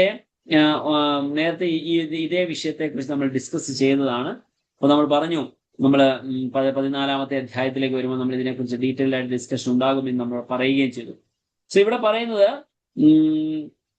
യഥാർത്ഥത്തിൽ പറഞ്ഞാൽ നമ്മൾ മുമ്പ് പറഞ്ഞു, ഈ അധ്യായം തുടങ്ങിയ സമയത്ത് പറഞ്ഞു, ഈ പറഞ്ഞ 3 ഗുണങ്ങൾക്ക് അടിമപ്പെടാൻ അല്ലെങ്കിൽ ബദ്ധനാകാനുള്ള കാരണം എന്ന് പറയുന്നത് നമ്മളുടെ ആഗ്രഹങ്ങളാണ് എന്ന് പറഞ്ഞു. ആ ആഗ്രഹങ്ങൾ ഉണ്ടാകുന്നത് ഈ പറഞ്ഞ 3 ഗുണങ്ങളുടെ ഇൻഫ്ലുവൻസ് കൊണ്ടാണ്. ആ ഇൻഫ്ലുവൻസ് ഉണ്ടാകുമ്പോൾ നമുക്കുണ്ടാകുന്ന പ്രധാനപ്പെട്ട ഒരു തോന്നൽ എന്ന് പറയുന്നത് ഞാനാണ് ഇത് പ്രവർത്തിക്കുന്നത് എന്ന തോന്നലാണ്. സോ ഞാനാണ് പ്രവർത്തിക്കുന്നത് എന്ന തോന്നൽ ഉണ്ടാകുമ്പോൾ നമ്മൾക്ക് അതൊരു പ്രൊപ്രൈറ്റർഷിപ്പ് ഉണ്ടാവുകയാണ് ചെയ്യുന്നത്. പ്രൊപ്രൈറ്റർഷിപ്പ് എന്ന് പറയുമ്പോൾ ഞാനാണ് ഇത് ചെയ്യുന്നത്, ഇതെല്ലാം എൻ്റെ കൺട്രോളിലാണ് നടക്കുന്നത്. നമ്മൾ നേരത്തെ ഒരു ക്ലാസ്സിൽ നമ്മൾ പറയുകയുണ്ടായി, പ്രധാനപ്പെട്ട 3 പ്രോബ്ലംസ് ആണ് ഉണ്ടാകുന്നത്: proprietorship, enjoyership, controllership. Proprietorship, controllership and enjoyership. ഈ 3 പ്രശ്നങ്ങൾ നമ്മളിൽ ഉള്ളത് കൊണ്ട്, പ്രശ്നങ്ങൾ എന്ന് പറഞ്ഞാൽ 3 തോന്നലുകൾ എന്ന് പറയുന്നത്, നമ്മുടെ ഭാവങ്ങൾ ഉള്ളത് കൊണ്ടാണ് നമുക്ക് ഈ പറഞ്ഞ കഷ്ടതകളെല്ലാം ഉണ്ടാകുന്നത്. കൺട്രോളർഷിപ്പ് എന്ന് പറയുമ്പോൾ ഇതെല്ലാം എൻ്റെ നേതൃത്വത്തിലാണ് നടക്കുന്നത്, അല്ലെങ്കിൽ ഞാനാണ് ഇതെല്ലാം ചെയ്യുന്നത് എന്ന തോന്നൽ. അതൊരു തെറ്റിദ്ധാരണയാണ്. അപ്പൊ നമ്മുടെ ആ തെറ്റിദ്ധാരണയെ ആദ്യം ഒന്ന് മാറ്റിവെക്കുക. ആ തെറ്റിദ്ധാരണ മാറ്റിയിട്ട് ഈ പ്രകൃതിയുടെ 3 ഗുണങ്ങളാണ് ഇതെല്ലാം പ്രവർത്തിക്കുന്നത്, അല്ലെങ്കിൽ എന്നെ കൊണ്ട് പ്രവർത്തിപ്പിക്കുന്നത്.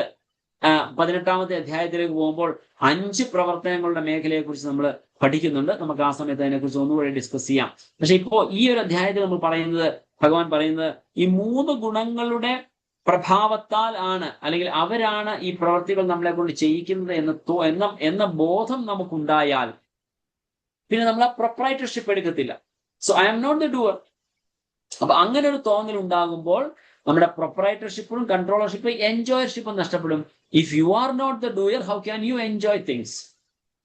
പ്രവർത്തിക്കുന്നത് നമ്മളല്ല എങ്കിൽ അത് എൻജോയ് ചെയ്യാനുള്ള അധികാരവും നമുക്കില്ല.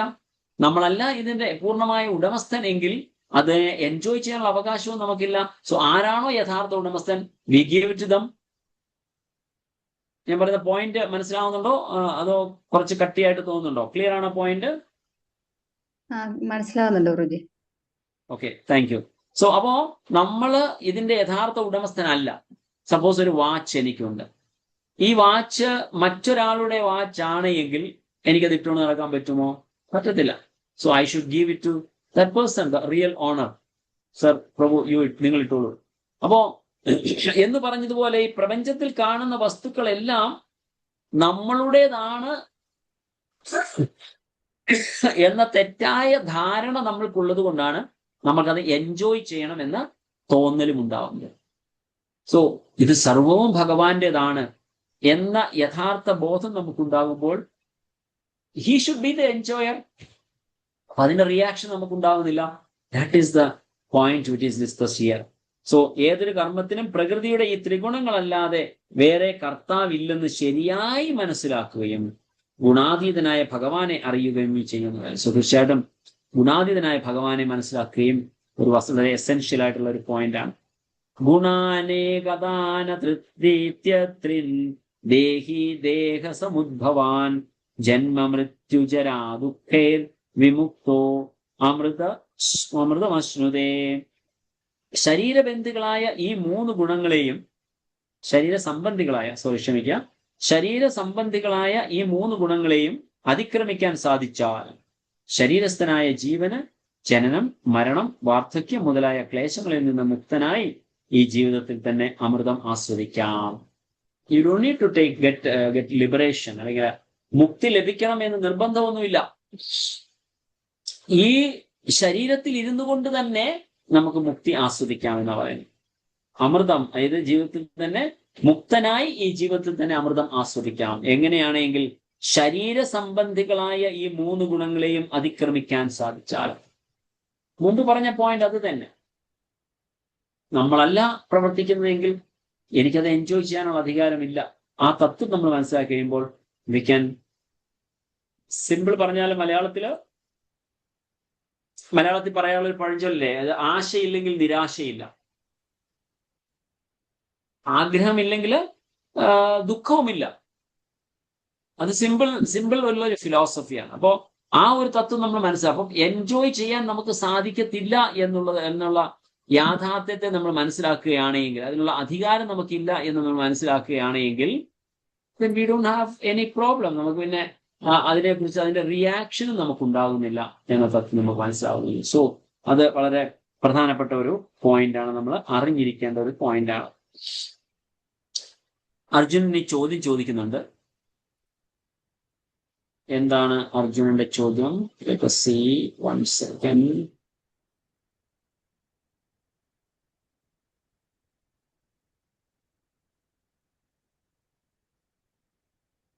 അർജുനന് ഒരു 3 പ്രധാനപ്പെട്ട ചോദ്യങ്ങളാണ് ഇവിടെ ചോദിക്കുന്നത്. അർജുന ഉവാച കൈർലിംഗൈ സ്ത്രീൻ ഗുണാനേതാൻ അതീതോ ഭവതി പ്രഭോ കിം ആചാര കഥം ചൈതാം ത്രിഗുണാനതിവർത്തതേ. അർജുനൻ ചോദിച്ചു, പ്രഭോ, ത്രിഗുണങ്ങളെ അതിക്രമിച്ച വ്യക്തിയുടെ ലക്ഷണങ്ങൾ എന്തെല്ലാം? എങ്ങനെയായിരിക്കും അദ്ദേഹത്തിന്റെ പെരുമാറ്റം? അയാൾ എങ്ങനെ ഈ പ്രകൃതി ഗുണങ്ങളെ അതിക്രമിക്കുന്നു? ഈ 3 ചോദ്യങ്ങളാണ് അർജുനൻ ഭഗവാനോട് ചോദിക്കുന്നത്. സോ അതിന് ഓരോന്നിനും ഉത്തരവുണ്ട്. ഒന്നാമത്തെ ചോദ്യം, എന്താണ് സിംറ്റംസ്? കെയർ ലിംഗേസ്, എന്താണ് ഇതിനുള്ള സിംറ്റംസ് എന്തൊക്കെയാണ്? അത് 22ാമത്തെ ശ്ലോകത്തിൽ കാണാം. അങ്ങനെയുള്ള ഒരു വ്യക്തി, ഇത് അതിജീവിച്ച ഒരു വ്യക്തിയുടെ ഗുണങ്ങൾ എന്താണ്, അല്ലെങ്കിൽ എങ്ങനെ അദ്ദേഹം പെരുമാറുന്നത്, അത് 23 മുതൽ 25 വരെയുള്ള ശ്ലോകങ്ങളിൽ കാണുന്നു.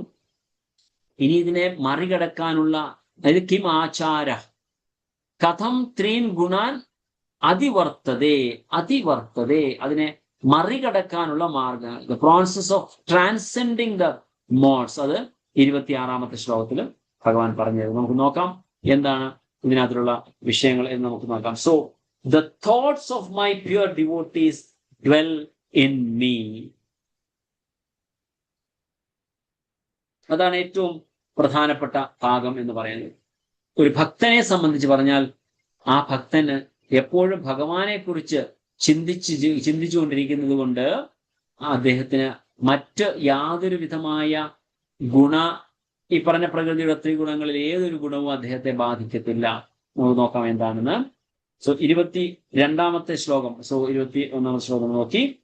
ശ്രീ ഭഗവാൻ ഉവാച പ്രകാശം ച പ്രവൃത്തിം ച മോഹമേവ ച പാണ്ഡവ ന ദ്വേഷ്ടി സംപ്രവൃത്താനി ന നിവൃത്താനി കാംക്ഷതി. 23ാമത്തെ അത് പിന്നെ നോക്കാം. ഇത് 25 വരെയുള്ള ശ്ലോകങ്ങൾ ഒരുമിച്ചാണ് പറയുന്നത്. അത് നമുക്ക് വായിച്ചിട്ട് നമുക്ക് ഡിസ്കഷനിലേക്ക് പോകാം. ഉദാസീനവദാസീനോ ഗുണൈര്യോ ന വിചാല്യത്തെ ഗുണാവർത്തന്ത ഇത്യേവം യോവതിഷ്ഠതി മേങ്കതേ സമദുഃഖ സുഖ സ്വാസ്ഥ സമലോഷ്ടാശ്മകാഞ്ചന തുല്യപ്രിയ പ്രിയോ ധീരസ് തുല്യനിന്ദാത്മസംസ്തുതി മാനാപമാനയോസ്തുല്യസ് തുല്യോ മിത്രാരിപക്ഷയോ സർവാരംഭിപരിത്യാഗി ഗുണാതീതാസ ഉച്യതേ. ശ്രീ ഭഗവാൻ പറഞ്ഞു, ഹേ പാണ്ഡുപുത്ര, പ്രകാശത്തിന്റെയോ ആസക്തിയുടെയോ വ്യാമോഹത്തിന്റെയോ സാന്നിധ്യത്തിൽ ആർക്ക് വെറുപ്പുണ്ടാകുന്നില്ലയോ?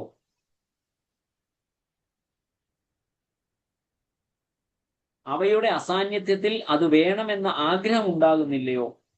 പ്രകൃതി ഗുണങ്ങൾ ഉളവാക്കുന്ന പ്രതികരണങ്ങളിൽ ആര് പ്രക്ഷുബ്ധനാകാതിരിക്കുന്നുവോ? പ്രകൃതി ഗുണങ്ങളാണ് പ്രവർത്തന നിരതരായിരിക്കുന്നത് എന്ന് മനസ്സിലാക്കി ഉദാസീനനും അവയ്ക്ക് അതീതനുമായിരിക്കുന്നുവോ? നിഷ്ഠനായി സുഖദുഃഖങ്ങളെ തുല്യനിലയിൽ കാണുന്നുവോ? ആരുടെ ദൃഷ്ടിയിൽ മൺകട്ടയും കല്ലും പൊന്നും വ്യത്യസ്തമല്ല അല്ലയോ? അവർക്ക് പ്രിയമായോ അപ്രിയമായോ യാതൊന്നുമില്ലയോ?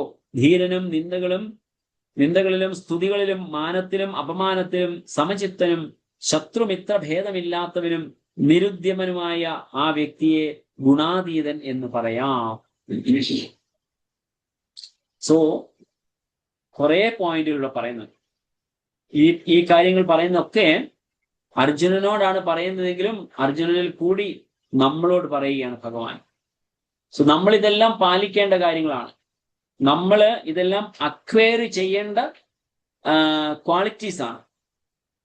ഭഗവാന്റെ പ്രിയപ്പെട്ടവരാകണമെങ്കിൽ, ഈ പ്രകൃതിയുടെ 3 ഗുണങ്ങൾക്ക് അതീതനാകണമെന്നുണ്ടെങ്കിൽ തീർച്ചയായിട്ടും നമുക്ക് ഈ പറഞ്ഞ ഗുണങ്ങൾ കൈവരിക്കേണ്ടതായിട്ടുണ്ട്. സോ അതിനുവേണ്ടി നമ്മൾ പരിശ്രമിക്കുകയാണ് നമ്മൾ ചെയ്യുന്നത്. തീർച്ചയായിട്ടും നിങ്ങൾ വന്നിരിക്കുന്ന എല്ലാവരും ഈ ഭഗവത്ഗീതയുടെ ഈ സെഷനിൽ വന്നിരിക്കുമ്പോൾ നിങ്ങൾ തീർച്ചയായിട്ടും അതിന് ആഗ്രഹമുള്ളവരായതുകൊണ്ടാണ് തീർച്ചയായിട്ടും ഇത്രയും നേരം നിങ്ങൾ വന്നിരുന്ന് അത് കേൾക്കാനുള്ള മനോഭാവം കാണിക്കുന്നത്. തീർച്ചയായിട്ടും അപ്പൊ അതുകൊണ്ട് ഇത് നമ്മുടെ ജീവിതത്തിലേക്ക് കൈവരിക്കണം എന്ന പ്രാർത്ഥനയോടുകൂടി നമ്മൾ ഇതിനെ പൂർണ്ണമായി മനസ്സിലാക്കാൻ ശ്രമിക്കുക. പ്രകാശത്തിന്റെയോ ആസക്തിയുടെയോ വ്യാമോഹത്തിന്റെയോ സാന്നിധ്യത്തിൽ ആർക്ക് വെറുപ്പുണ്ടാകുന്നില്ലയോ, അവയുടെ അസാന്നിധ്യത്തിൽ അത് വേണം എന്ന ആഗ്രഹം ഉണ്ടാകുന്നില്ലയോ. ഒരു കാര്യങ്ങളോടും ആസക്തിയും അനാസക്തിയും ഉണ്ടാകാൻ പാടില്ല. വേണമെന്നും തോന്നണ്ട, വേണ്ട എന്നും തോന്നില്ല. അപ്പൊ അതിന്റെ അർത്ഥം എന്താണ്? വേണ്ട എന്നാണോ? അല്ല, കിട്ടിയാൽ ഉപയോഗിക്കാം, കിട്ടിയില്ല ആ ഒരു ചിന്താഗതി, അതിനാണ് പ്രോപ്പറായിട്ടുള്ള മനസ്സിലാക്കുക. സോ ഏതൊരു വസ്തുവും നമ്മൾ അർഹിക്കുന്നവനാണ് എങ്കിൽ നമ്മുടെ അടുത്ത് വന്നിരിക്കുന്നു. നമ്മൾ പക്ഷെ പലതും ആഗ്രഹിക്കുന്നുണ്ട്. ആഗ്രഹിക്കുമ്പോൾ നമ്മൾ ചിന്തിക്കുന്നില്ല ഞാനത് അർഹിക്കുന്നവനാണോ. അർഹിക്കുന്നവനാണെങ്കിൽ എപ്പോഴും തീർച്ചയായിട്ടും നമ്മളിൽ അത് വന്നു ചേർന്നിരിക്കുന്നു. അപ്പൊ അതുകൊണ്ട് ആ അർഹനാവുകയാണ് നമ്മൾ ചെയ്യേണ്ടത്. അർഹനാകുന്നതിന് വേണ്ടി നമ്മൾ പരിശ്രമിക്കുകയാണ് ചെയ്യേണ്ടത്. സോ അത് ചെയ്യുമ്പോൾ നമുക്ക് മനസ്സിലാകും പ്രകൃതി ഗുണങ്ങൾ ഉളവാക്കുന്ന പ്രതികരണങ്ങളിൽ ആര് പ്രക്ഷുബ്ധനാകാതിരിക്കുന്നുവോ. സോ ഏത് തരത്തിലുള്ള റെസ്പോൺസ് നമ്മളിപ്പോൾ ആരോടെങ്കിലും സംസാരിക്കുമ്പോൾ അല്ലെങ്കിൽ ചോദിക്കുമ്പോൾ നമ്മളിപ്പോൾ ഒരാളുടെ കാര്യം ചോദിക്കുകയാണ്, അതെനിക്ക് തരാം അല്ലെങ്കിൽ തരാൻ പറ്റത്തില്ല എന്ന് അവർ പറയുകയാണെങ്കിൽ we should be able to accept that the reality. അതിന് തയ്യാറാകുക. അങ്ങനെ അതിൽ യാതൊരു വിധത്തിലുള്ള റിയാക്ഷൻസും കാണിക്കാത്ത ഒരുവനാണ് എങ്കിൽ, പ്രകൃതി ഗുണങ്ങളാണ് പ്രവർത്തന നിരതനായിരിക്കുന്നത് എന്ന് മനസ്സിലാക്കി ഉദാസീനനും അവയ്ക്ക് അതീതനും ആയിരിക്കുന്നുവോ. ആത്മനിഷ്ഠനായി സുഖദുഃഖങ്ങളെ തുല്യനിലയിൽ കാണുന്നുവോ. സുഖദുഃഖങ്ങളെ തുല്യനിലയിൽ കാണുക. സുഖം വരുമ്പോൾ അട്ടഹസിച്ചിരിക്കുകയും ദുഃഖം വരുമ്പോൾ വായിട്ട് അലച്ച് കരയുകയും ചെയ്യുന്നവനെ പറയാൻ പറ്റത്തില്ല. സോ ആ 2 സമയവും നമ്മൾ ഒരുപോലെ പ്രതികരിക്കാൻ നമ്മൾ പഠിക്കണം, പ്രാക്ടീസ് ചെയ്യണം. ആത്മനിഷ്ഠനായി കഴിഞ്ഞു. ആരുടെ ദൃഷ്ടിയിൽ മൺകട്ടയും കല്ലും പൊന്നും വ്യത്യസ്തമില്ലെങ്കിലോ വ്യത്യസ്തം അല്ലയോ. സോ നമുക്ക് കല്ല് കിട്ടിയാലും മൺകട്ട കിട്ടിയാലും സ്വർണ്ണക്കരി കിട്ടിയാലും നമുക്ക് ഒരുപോലെ തോന്നുന്നവരായിരിക്കും. ആർക്ക് പ്രിയമായോ അപ്രിയമായോ യാതൊന്നുമില്ലയോ. എന്തെങ്കിലും ഒരു പ്രത്യേക വസ്തു നമുക്ക് ഒരുപാട് ഇഷ്ടമുണ്ടോ അല്ലെങ്കിൽ അത് ഇഷ്ടമേ അല്ല, അങ്ങനെ പറയാത്തവനാണെങ്കിൽ. ധീരനും നിന്ദകളിലും സ്തുതികളിലും മാനത്തിലും അപമാനത്തിലും സമചിത്തനും. സോ ആരെങ്കിലും നമ്മളെ കുറിച്ച് എന്തെങ്കിലും വേണ്ടാത്ത കാര്യം പറഞ്ഞു കഴിഞ്ഞാൽ നമ്മൾ ഉടനെ പോയിരുന്ന് കരഞ്ഞ ഒരു സിറ്റുവേഷൻ, അല്ലെങ്കിൽ ആരെങ്കിലും എന്തെങ്കിലും നമ്മളെ കുറിച്ച് പറയുമ്പോൾ നമുക്ക് വലിയ സന്തോഷം തോന്നുന്നു. സോ ഇതിന് നമ്മുടെ ഒരു പ്രഭുവിന്റെ ക്ലാസ് കേട്ടപ്പോൾ അദ്ദേഹം പറഞ്ഞാണ്, ആസിഫ് നമ്മൾ റിമോട്ട് കൺട്രോൾ നമ്മൾ വേറൊരാളുടെ കൊടുത്തിരിക്കുക. നിങ്ങൾ ഒരു ബട്ടൺ പ്രസ് ചെയ്യുമ്പോൾ ഞാൻ ചിരിക്കും, നിങ്ങൾ അടുത്ത ബട്ടൺ പ്രസ് ചെയ്യുമ്പോൾ ഞാൻ കരയും. സോ നമ്മൾ മ്യൂട്ട് ചെയ്യുമ്പോൾ നമ്മൾ മ്യൂട്ട് ആകും. No, why should we give our remote controller to others. ടിവിയുടെ റിമോട്ട് കൺട്രോൾ നമുക്ക് ആ റിമോട്ട് കൺട്രോൾ പ്രസ് ചെയ്തിട്ട് നമുക്ക് അതിനെ ഓപ്പറേറ്റ് ചെയ്യാൻ സാധിക്കും. സോ ഹൗ വി ഡിസൈർ എന്ന് പറഞ്ഞ പോലെ ആ ആളുടെ ആഗ്രഹത്തിനനുസരിച്ച് പ്രവർത്തിക്കാൻ അല്ല എൻ്റെ ജീവിതം. എൻ്റെ ഇഷ്ടമനുസരിച്ച് ജീവിക്കാനാണ്, ഭഗവാന് വേണ്ടി ഡെഡിക്കേറ്റ് ചെയ്തുകൊണ്ട് ജീവിക്കാനാണ് ഞാൻ തീരുമാനിച്ചിരിക്കുന്നത് എന്ന ഉറച്ച തീരുമാനം നമുക്കുണ്ടെങ്കിൽ നമ്മളെ ആർക്കും ഒരു സമയത്തും നമ്മുടെ ഫീലിങ്സിനെ കൺട്രോൾ ചെയ്യാൻ സാധിക്കത്തില്ല. അങ്ങനെയുള്ള ഒരുവനെ കുറിച്ചിട്ടാണ് ഭഗവാനോട് പറയുന്നത്, സ്തുതികളിലും നിന്ദകളിലും സ്തുതികളിലും മാനത്തിലും അപമാനത്തിലും സമചിത്തൻ. ഇക്വിലിബ്രിയം, നമ്മളൊരു ഒരേ മെന്റാലിറ്റി നമ്മൾ കാത്തു സൂക്ഷിക്കണം. ശത്രു മിത്ര ഭേദമില്ലാത്തവനും നിരുദ്യമനുമായ ആ വ്യക്തിയെ ഗുണാതീതൻ എന്ന് പറയാം. സോ അങ്ങനെയുള്ളവരെ ഈ 3 ഗുണങ്ങൾക്കും അതീതനാണ് എന്ന് പറയാം എന്നാണ് പറയുന്നത്. അടുത്ത വളരെ ഇമ്പോർട്ടന്റ് ആയിട്ടുള്ള ഒരു ശ്ലോകമാണ് ഭഗവത്ഗീതയില്. മാം ചയോ അവ്യഭിചാരേണ ഭക്തിയോഗേന സേവത്തെ സഗുണാൻ സമിതിത്യേതാൻ ബ്രഹ്മഭൂയായ കൽപ്പതേ. ഏതു പരിതസ്ഥിതിയിലും പിഴയ്ക്കാതെ ഭക്തിപൂർവം ഭഗവത് സേവനത്തിൽ ഏർപ്പെടുന്നവർക്ക് വേഗത്തിൽ ഭൗതിക പ്രകൃതിയുടെ ത്രിഗുണങ്ങളെ അതിക്രമിച്ച് ബ്രഹ്മപദത്തിലെത്താം. സോ ഏത് പരിതസ്ഥിതിയിലും പിഴയ്ക്കാതെ ഭക്തിപൂർവം, എന്താണ് അവ്യഭിചാരണ. വ്യഭിചാരണ എന്ന് പറഞ്ഞാല് മൾട്ടിപ്പിൾ അല്ലെങ്കിൽ പല, തീർച്ചയായിട്ടും വ്യഭിചാരം എന്ന് പറഞ്ഞാൽ പല പുരുഷന്മാരുമായി ബന്ധം സ്ഥാപിക്കുന്ന സ്ത്രീയോ അല്ലെങ്കിൽ പല സ്ത്രീകളുമായി ബന്ധം സ്ഥാപിക്കുന്ന പുരുഷനെയോ വ്യഭിചാരി എന്ന് പറയാം. സോ അവ്യഭിചാരൻ, വിത്തൗട്ട് ദാറ്റ്, അല്ലെങ്കിൽ ഏകമായ ആഗ്രഹം, ഒരു ഫോക്കസ്, വൺ ഫോക്കസ്. അവ്യഭിചാരേണ ഭക്തിപൂർവം ഭഗവത് സേവനത്തിൽ ഏർപ്പെടുന്നവർക്ക് വേഗത്തിൽ ഭൗതിക പ്രകൃതിയുടെ ത്രിഗുണങ്ങളെ അതിക്രമിച്ച് പരബ്രഹ്മത്തിലും. സോ ഇത് അതിനുള്ള ഒരു മാർഗമാണ് പറഞ്ഞത്. എങ്ങനെ ഇതിനെ തരണം ചെയ്യാം, ഈ പറഞ്ഞ 3 ഗുണങ്ങളെ എങ്ങനെ തരണം ചെയ്യാം വളരെ സ്പഷ്ടമായിട്ട് പറഞ്ഞു. ഭഗവാൻ കൃഷ്ണനെ ഏകമായ അല്ലെങ്കിൽ ആ ഒരേ ഒരു ലക്ഷ്യത്തോടു കൂടി എന്ന രീതിയിൽ ഒറ്റ ഫോക്കസിൽ നമ്മൾ ഭഗവാന് വേണ്ടി സേവനം അനുഷ്ഠിക്കുകയാണ് എങ്കിൽ നമുക്ക് ആ പദത്തിലേക്ക് നമുക്ക് എത്താൻ സാധിക്കും എന്നുള്ളതാണ് ഇവിടെ പറയുന്നത്. സോ ദാറ്റ്സ് വെരി ഇമ്പോർട്ടന്റ് ശ്ലോക. ലാസ്റ്റ് ശ്ലോകമാണ്. ബ്രഹ്മണോ ഹി പ്രതിഷ്ഠാഹം അമൃതസ്യാവ്യയസ്യ ച ശാശ്വതസ്യ ച ധർമ്മസ്യ സുഖസ്യൈകാന്തികസ്യ ച. അമൃതവും അക്ഷയവും ശാശ്വതവും ആത്യന്തിക സുഖത്തിന്റെ സ്ഥാനവുമായ വ്യക്തിശൂന്യ ബ്രഹ്മത്തിന്റെ അടിസ്ഥാനവും ഞാൻ തന്നെ.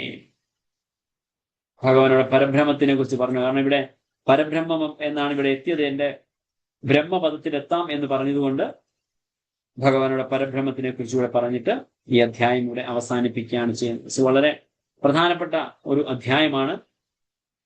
പ്രത്യേകിച്ച് ഭൗതിക പ്രപഞ്ചത്തിൽ ഉഴലുന്ന നമ്മളെ സംബന്ധിച്ച് പറയുമ്പോൾ നമുക്ക് ഇത് വളരെയധികം ഇമ്പോർട്ടന്റ് ആണ്. കാരണം എങ്ങനെയാണ് ഈ ഗുണത്തിന് അടിമയായി നിൽക്കുന്ന നമ്മൾ ഇതിന് മുകളിൽ പോകേണ്ടത്, ഇതിനെ മറികടക്കാൻ ഉള്ള മാർഗം എന്ന് പറയുന്നത് ഭഗവാനോട് നമുക്ക് കാണിച്ചു തരികയാണ് ചെയ്യുന്നത്.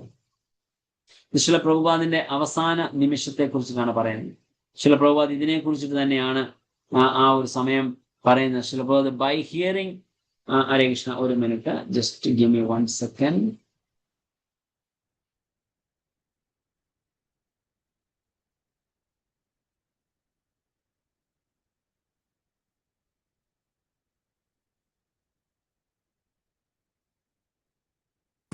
By hearing, by discussing Srimad Bhagavatam, this Rajagun Tamagun is subdued. Then Satagun remains.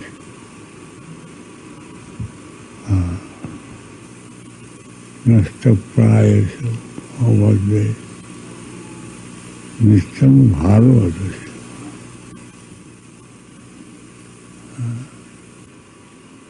Then Satagun Tamagun cannot do us harm. ഹരേ കൃഷ്ണ. ശ്രീ പ്രഭുപാദ് മരണശയ്യയിൽ കിടക്കുന്ന സമയത്ത് പറഞ്ഞ ഒരു പ്രധാനപ്പെട്ട ഒരു കാര്യമാണ്. ഞാനത് ഒന്നുകൂടെ പ്ലേ ചെയ്തിട്ട് അതിനെ ഞാൻ മലയാളത്തിൽ തർജ്ജമ ചെയ്യാം. എന്താണ് ശ്രീ പ്രഭുപാദ് പറയുന്നത്? ശ്രീമദ് ഭാഗവതം കേൾക്കുന്നത് കൊണ്ട്, അല്ലെങ്കിൽ ഭാഗവത്തെ കുറിച്ച് ഡിസ്കസ് ചെയ്യുന്നത് കൊണ്ട് ഈ രജോ ഗുണവും തമോ ഗുണത്തിനെയും നമുക്ക് കീഴ്പ്പെടുത്താൻ സാധിക്കും. ദിസ് രജോ ഗുണ ആൻഡ് തമോ ഗുണ അങ്ങനെയുള്ള സമയത്ത് സത്വഗുണം മുൻപന്തിയിൽ നിൽക്കും, അല്ലെങ്കിൽ സത്വഗുണം മാത്രം നൽകും. അതിനൊരു ശ്ലോകമാണ് ശ്രീമദ് ഭാഗവത്തിലെ പറയുന്നത്, നഷ്ടപ്രായേഷു അഭദ്രേഷു നിത്യം ഭാഗവത സേവയാ. എല്ലാ ദിവസവും ഭാഗവതം വായിക്കുന്നുണ്ട്. അങ്ങനെയുള്ള സമയത്ത് രജോ ഗുണവും തമോ ഗുണവും നമ്മളെ ഒരു തരത്തിലും നമ്മളെ ഹാനി സംഭവിപ്പിക്കാൻ സാധിക്കത്തില്ല, അല്ലെങ്കിൽ നമുക്ക് യാതൊരു വിധമായ ദോഷവും വരുത്താൻ സാധിക്കത്തില്ല എന്നാണ് ശ്രീ പ്രഭുപാദ് അവിടെ പറയുന്നത്. So such a person is said to have transcendent the modes of nature. അതാണ് ഇവിടെ നമുക്ക് കാണാൻ സാധിക്കുന്നത്. സോ ഇപ്പൊ നമ്മൾ ഇന്ന് ഡിസ്കസ് ചെയ്ത പോയിന്റ് എന്ന് പറയുന്നത് ട്രാപ്പ്. എങ്ങനെയാണ് ഈ 3 ഗുണങ്ങൾ നമ്മളെ ഇവിടെ പിടിച്ചു കെട്ടിയിടുന്നത് എന്ന് ശ്രീമദ് ഭഗവത്ഗീതയുടെ ഈ 14ാമത്തെ അധ്യായത്തിലൂടെ നമ്മൾ മനസ്സിലാക്കാൻ നമുക്ക് സാധിച്ചു. ഈ 3 ഗുണങ്ങൾ എന്തൊക്കെയാണ്, അതുപോലെ തന്നെ എന്തിനാണ് പ്രോമിനൻസ് ഉള്ളത്, ഓരോ സമയത്ത് നമുക്ക് ഓരോ ഗുണങ്ങള് നല്ല പ്രാധാന്യം അല്ലെങ്കിൽ കൂടുതൽ ഡോമിനേറ്റ് ചെയ്യുന്നുണ്ടാവും, എന്തൊക്കെയാണ് പ്രവൃത്തികൾ നമ്മൾ ഈ സത്വരജസ്തമോ ഗുണങ്ങളിൽ നമ്മൾ ചെയ്യുന്നത്, അതിന്റെ റിസൾട്ട് എന്തൊക്കെയാണ് എന്ന് നമ്മൾ പഠിച്ചു. ഇനി ഇതിനെല്ലാം എങ്ങനെ തരണം ചെയ്യാം എന്ന് നമ്മൾ ഇന്ന് നോക്കുകയുണ്ടായി. So by this will end today's session. Hare Krishna. ആർക്കെങ്കിലും എന്തെങ്കിലും ചോദ്യം ഉണ്ടെങ്കിൽ ചോദിക്കാം. ഹരേ കൃഷ്ണ. എനി പോയിന്റ് ഡിസ്കഷനോ അല്ലെങ്കിൽ ഇതിന് സംശയം ഉണ്ടെങ്കിൽ ചോദിക്കാം. ഹരേ കൃഷ്ണ.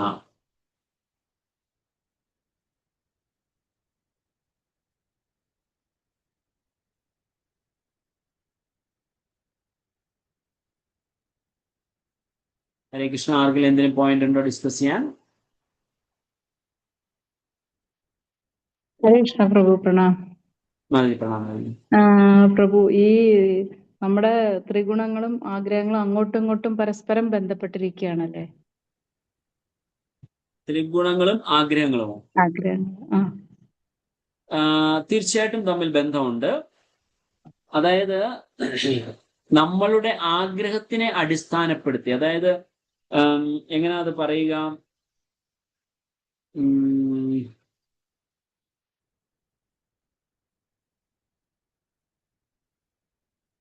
നമുക്ക് ഏതെങ്കിലും ഒരു വസ്തുവിനോട് ഒരു ഇൻക്ലിനേഷൻ ഉണ്ടെന്ന് വിചാരിക്കാം.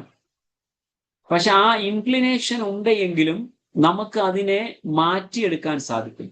സോ അപ്പൊ ഇത് തമ്മിൽ കണക്ഷൻ ഉണ്ട് എന്ന് പറഞ്ഞാലും, അപ്പൊ ഞാൻ ഇത് തമോ ഗുണത്തിലാണ്, എനിക്കതുകൊണ്ട് മുമ്പോട്ട് വരാൻ സാധിക്കത്തില്ല എന്ന് ചിന്തിക്കുന്നത് തെറ്റാണ്. ഇത് തമ്മിൽ കണക്ഷൻ ഉണ്ട്. കാരണം മുൻ ജന്മത്തെ നമ്മുടെ കർമ്മത്തിന് അടിസ്ഥാനമായിട്ടാണ് നമുക്ക് ലഭിക്കുന്ന ഓരോ ശരീരം.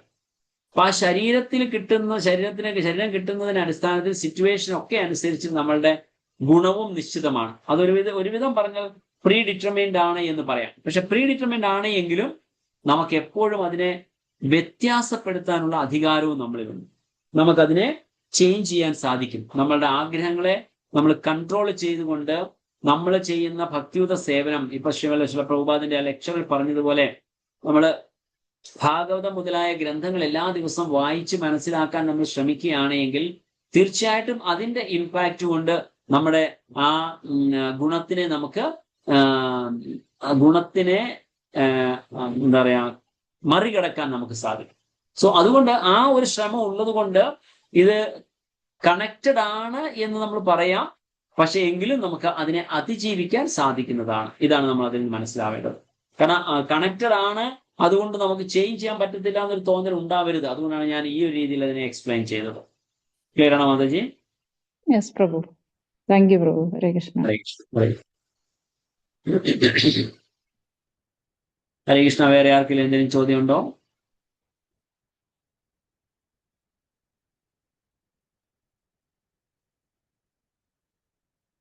ഓക്കെ, ഹരേ കൃഷ്ണ. അങ്ങനെ വേറെ ചോദ്യമൊന്നും ഇല്ല എങ്കിൽ നമുക്ക് ഇന്നത്തെ സെഷൻ ഇവിടെ അവസാനിപ്പിക്കാം. എല്ലാവരും വന്ന് ജോയിൻ ചെയ്ത ശ്രദ്ധയോടുകൂടി കേട്ടിരുന്നതിൽ വളരെ സന്തോഷം. എല്ലാവർക്കും ഹൃദയംഗമായി നന്ദി രേഖപ്പെടുത്തുന്നു. ഗ്രന്ഥരാജ് ശ്രീമദ് ഭഗവത്ഗീത കി ജയ്, ശ്രീല പ്രഭുപാദ് കി ജയ്, ശ്രീല ഗുരുദേവ് കി ജയ്, അനന്ത കോടി വൈഷ്ണവ വൃന്ദ കി ജയ്, നിതായ ഗൗർ സിദ്ധാർത്ഥ പ്രേമാനന്ദേ. ഹരി ഹരി ബോൾ. Hare Krishna Krishna Krishna Hare Hare, Hare Rama Rama Rama Hare Hare. Thank you so much. Hare